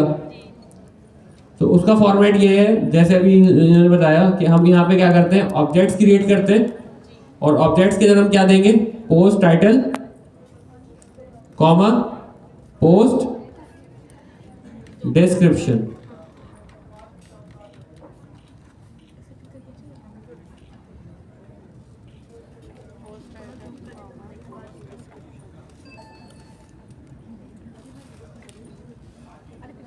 सही है, मैंने क्या किया यहाँ पे, पोस्ट टाइटल ले लिया और क्या ले लिया, पोस्ट डिस्क्रिप्शन ले ली। पोस्ट की भाई डिस्क्रिप्शन भी ले लिया हमने कहा कि भाई मुझे ना वही डेटा दो जो कि मुझे चाहिए। तो मेरी क्वेरी ना अब कुछ ऐसी दिखेगी। हमने स्टार्ट कहाँ से किया था, पहले हमने बगैर कोई क्वेरी देके रन करके देखा, उसने मुझे कोई भी डेटा रिटर्न नहीं किया क्योंकि उसको पता ही नहीं क्या डेटा रिटर्न करना है। जब हमने उसको स्टैटिक दिया तो उसने सब कुछ सिलेक्ट कर लिया, और ईच एंड एवरीथिंग जो भी थी ना उसकी कॉन्फ़िगरेशन से रिलेटेड भी, वो भी उसने मुझे रिटर्न करके दे दी। फिर हमें वो भी नहीं चाहिए था, फिर हमने बोला कि भाई मुझे मेरी पोस्ट का ही डेटा दो। अब एक इसको ऐसे सोचें कि अभी तो हमने एक ही स्कीमा डिफाइन किया, अगर हम इसके अंदर मल्टीपल स्कीमास डिफाइन करें, पोस्ट की जगह हम जो है लैंडिंग पेज का स्कीमा भी डिफाइन कर लेते हैं। तो अगर स्टैटिक के थ्रू हम क्वेरी करेंगे तो हमें कौन कौन सा डेटा रिटर्न होगा, दोनों स्कीमा के अंदर जितना भी डेटा होगा ना वो रिटर्न होगा। अब प्रोडक्शन के अंदर तो आपके पास तो थाउजेंड्स ऑफ डॉक्यूमेंट्स होंगे एक एक स्कीमा के अंदर, तो अब आप सारे तो देखोगे नहीं, तो उसको ना आप नैरो डाउन करते रहोगे। क्लियर है यहाँ तक? तो अभी मैंने क्या किया है, मैंने अपने पोस्ट की टाइप वाले स्कीमा को क्वेरी किया। अब उसके अंदर से भी मैं ये नहीं चाह रहा कि मुझे सारी की सारी फील्ड्स मिले, मैं ये चाहता हूँ मुझे पोस्ट टाइटल मिले और पोस्ट डिस्क्रिप्शन मिले। आप चेक करते हैं कि भाई क्या आता है मेरे पास, आ गया मेरे पास। अब डेटा के अंदर कितनी फील्ड्स आ रही है, 2 आ रही है जो कि मैंने डिफाइन की थी। ये क्वेरी मेरी तैयार हो गई, डेटा फैचिंग हो गई हमारी। कैसे? अभी तक तो हमने स्ट्रक्चर ही बनाया है ना, क्वेरी बनाई है। अब हमने ये क्वेरी बनाकर देख लिया है कि हमें ये पता है कि ये क्वेरी सही है। अब ये क्वेरी अगर मैं फ्रंट एंड से पास करूंगा ना तो हमारे पास डेटा आएगा, इतना मैं श्योर हूँ। क्लियर है यहाँ तक? अब हम इस डेटा को फ्रंट एंड के ऊपर फैच करके देखते हैं कि भाई ये डेटा हमारे पास फ्रंट एंड पे फैच हो रहा है कि नहीं हो रहा। तो उसके लिए भी हमारे पास सिंपल है, आप इस क्वेरी को कॉपी कर लेते हैं। यहाँ तक हमने कर लिया। अब हम यहाँ पे आएंगे अपने कंपोनेंट के अंदर। अच्छा, कंपोनेंट के अंदर हम उससे पहले हम यहाँ पर देख लेते हैं, सैनिटी के फोल्डर के अंदर हमारे पास लिब के अंदर एक फाइल है client.ts। ये क्लाइंट हमारे पास क्या करता है, जैसे हमने फैच का मेथड यूज किया था ना, ये बेसिकली बैकएंड के ऊपर फैच का मेथड ही यूज कर रहा है।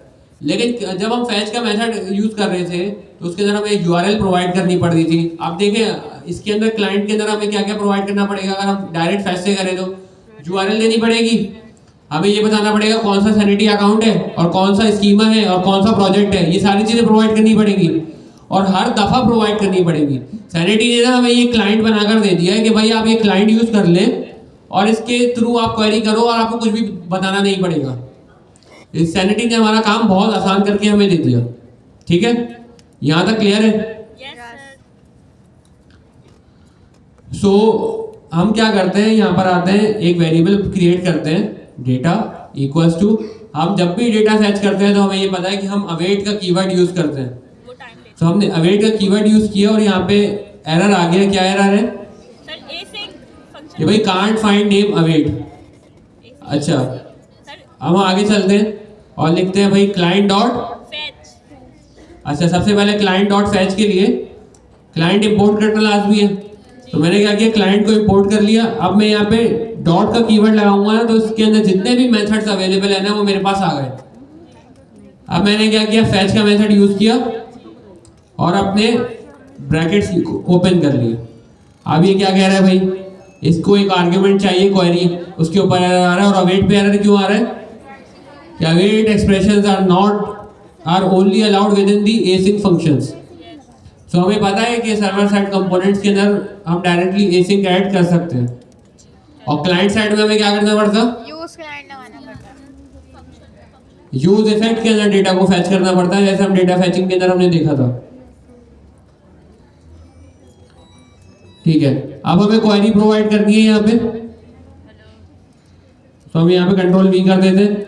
हमारी क्वेरी पे तो एरर आ गया। Sir double quotation. यस, तो हमारी जितनी भी क्वेरीज होती हैं वो हमारे पास किस फॉर्मेट में होती है, सिंगल लाइन और डबल कोटेशन। स्ट्रिंग के फॉर्मेट में होती है। तो हम क्या करेंगे, इसको एक स्ट्रिंग बना देंगे। ठीक है, अब एरर आ रहा है मेरे पास, नहीं आ रहा। अब हम नेक्स्ट लाइन में क्या करते हैं, console.log डेटा। अब इस डेटा को कंसोल करके देख लेते हैं, और अब हम जाते हैं फ्रंट एंड के ऊपर और यूआरएल को हिट करते हैं, देखते हैं हमारे पास क्या होता है।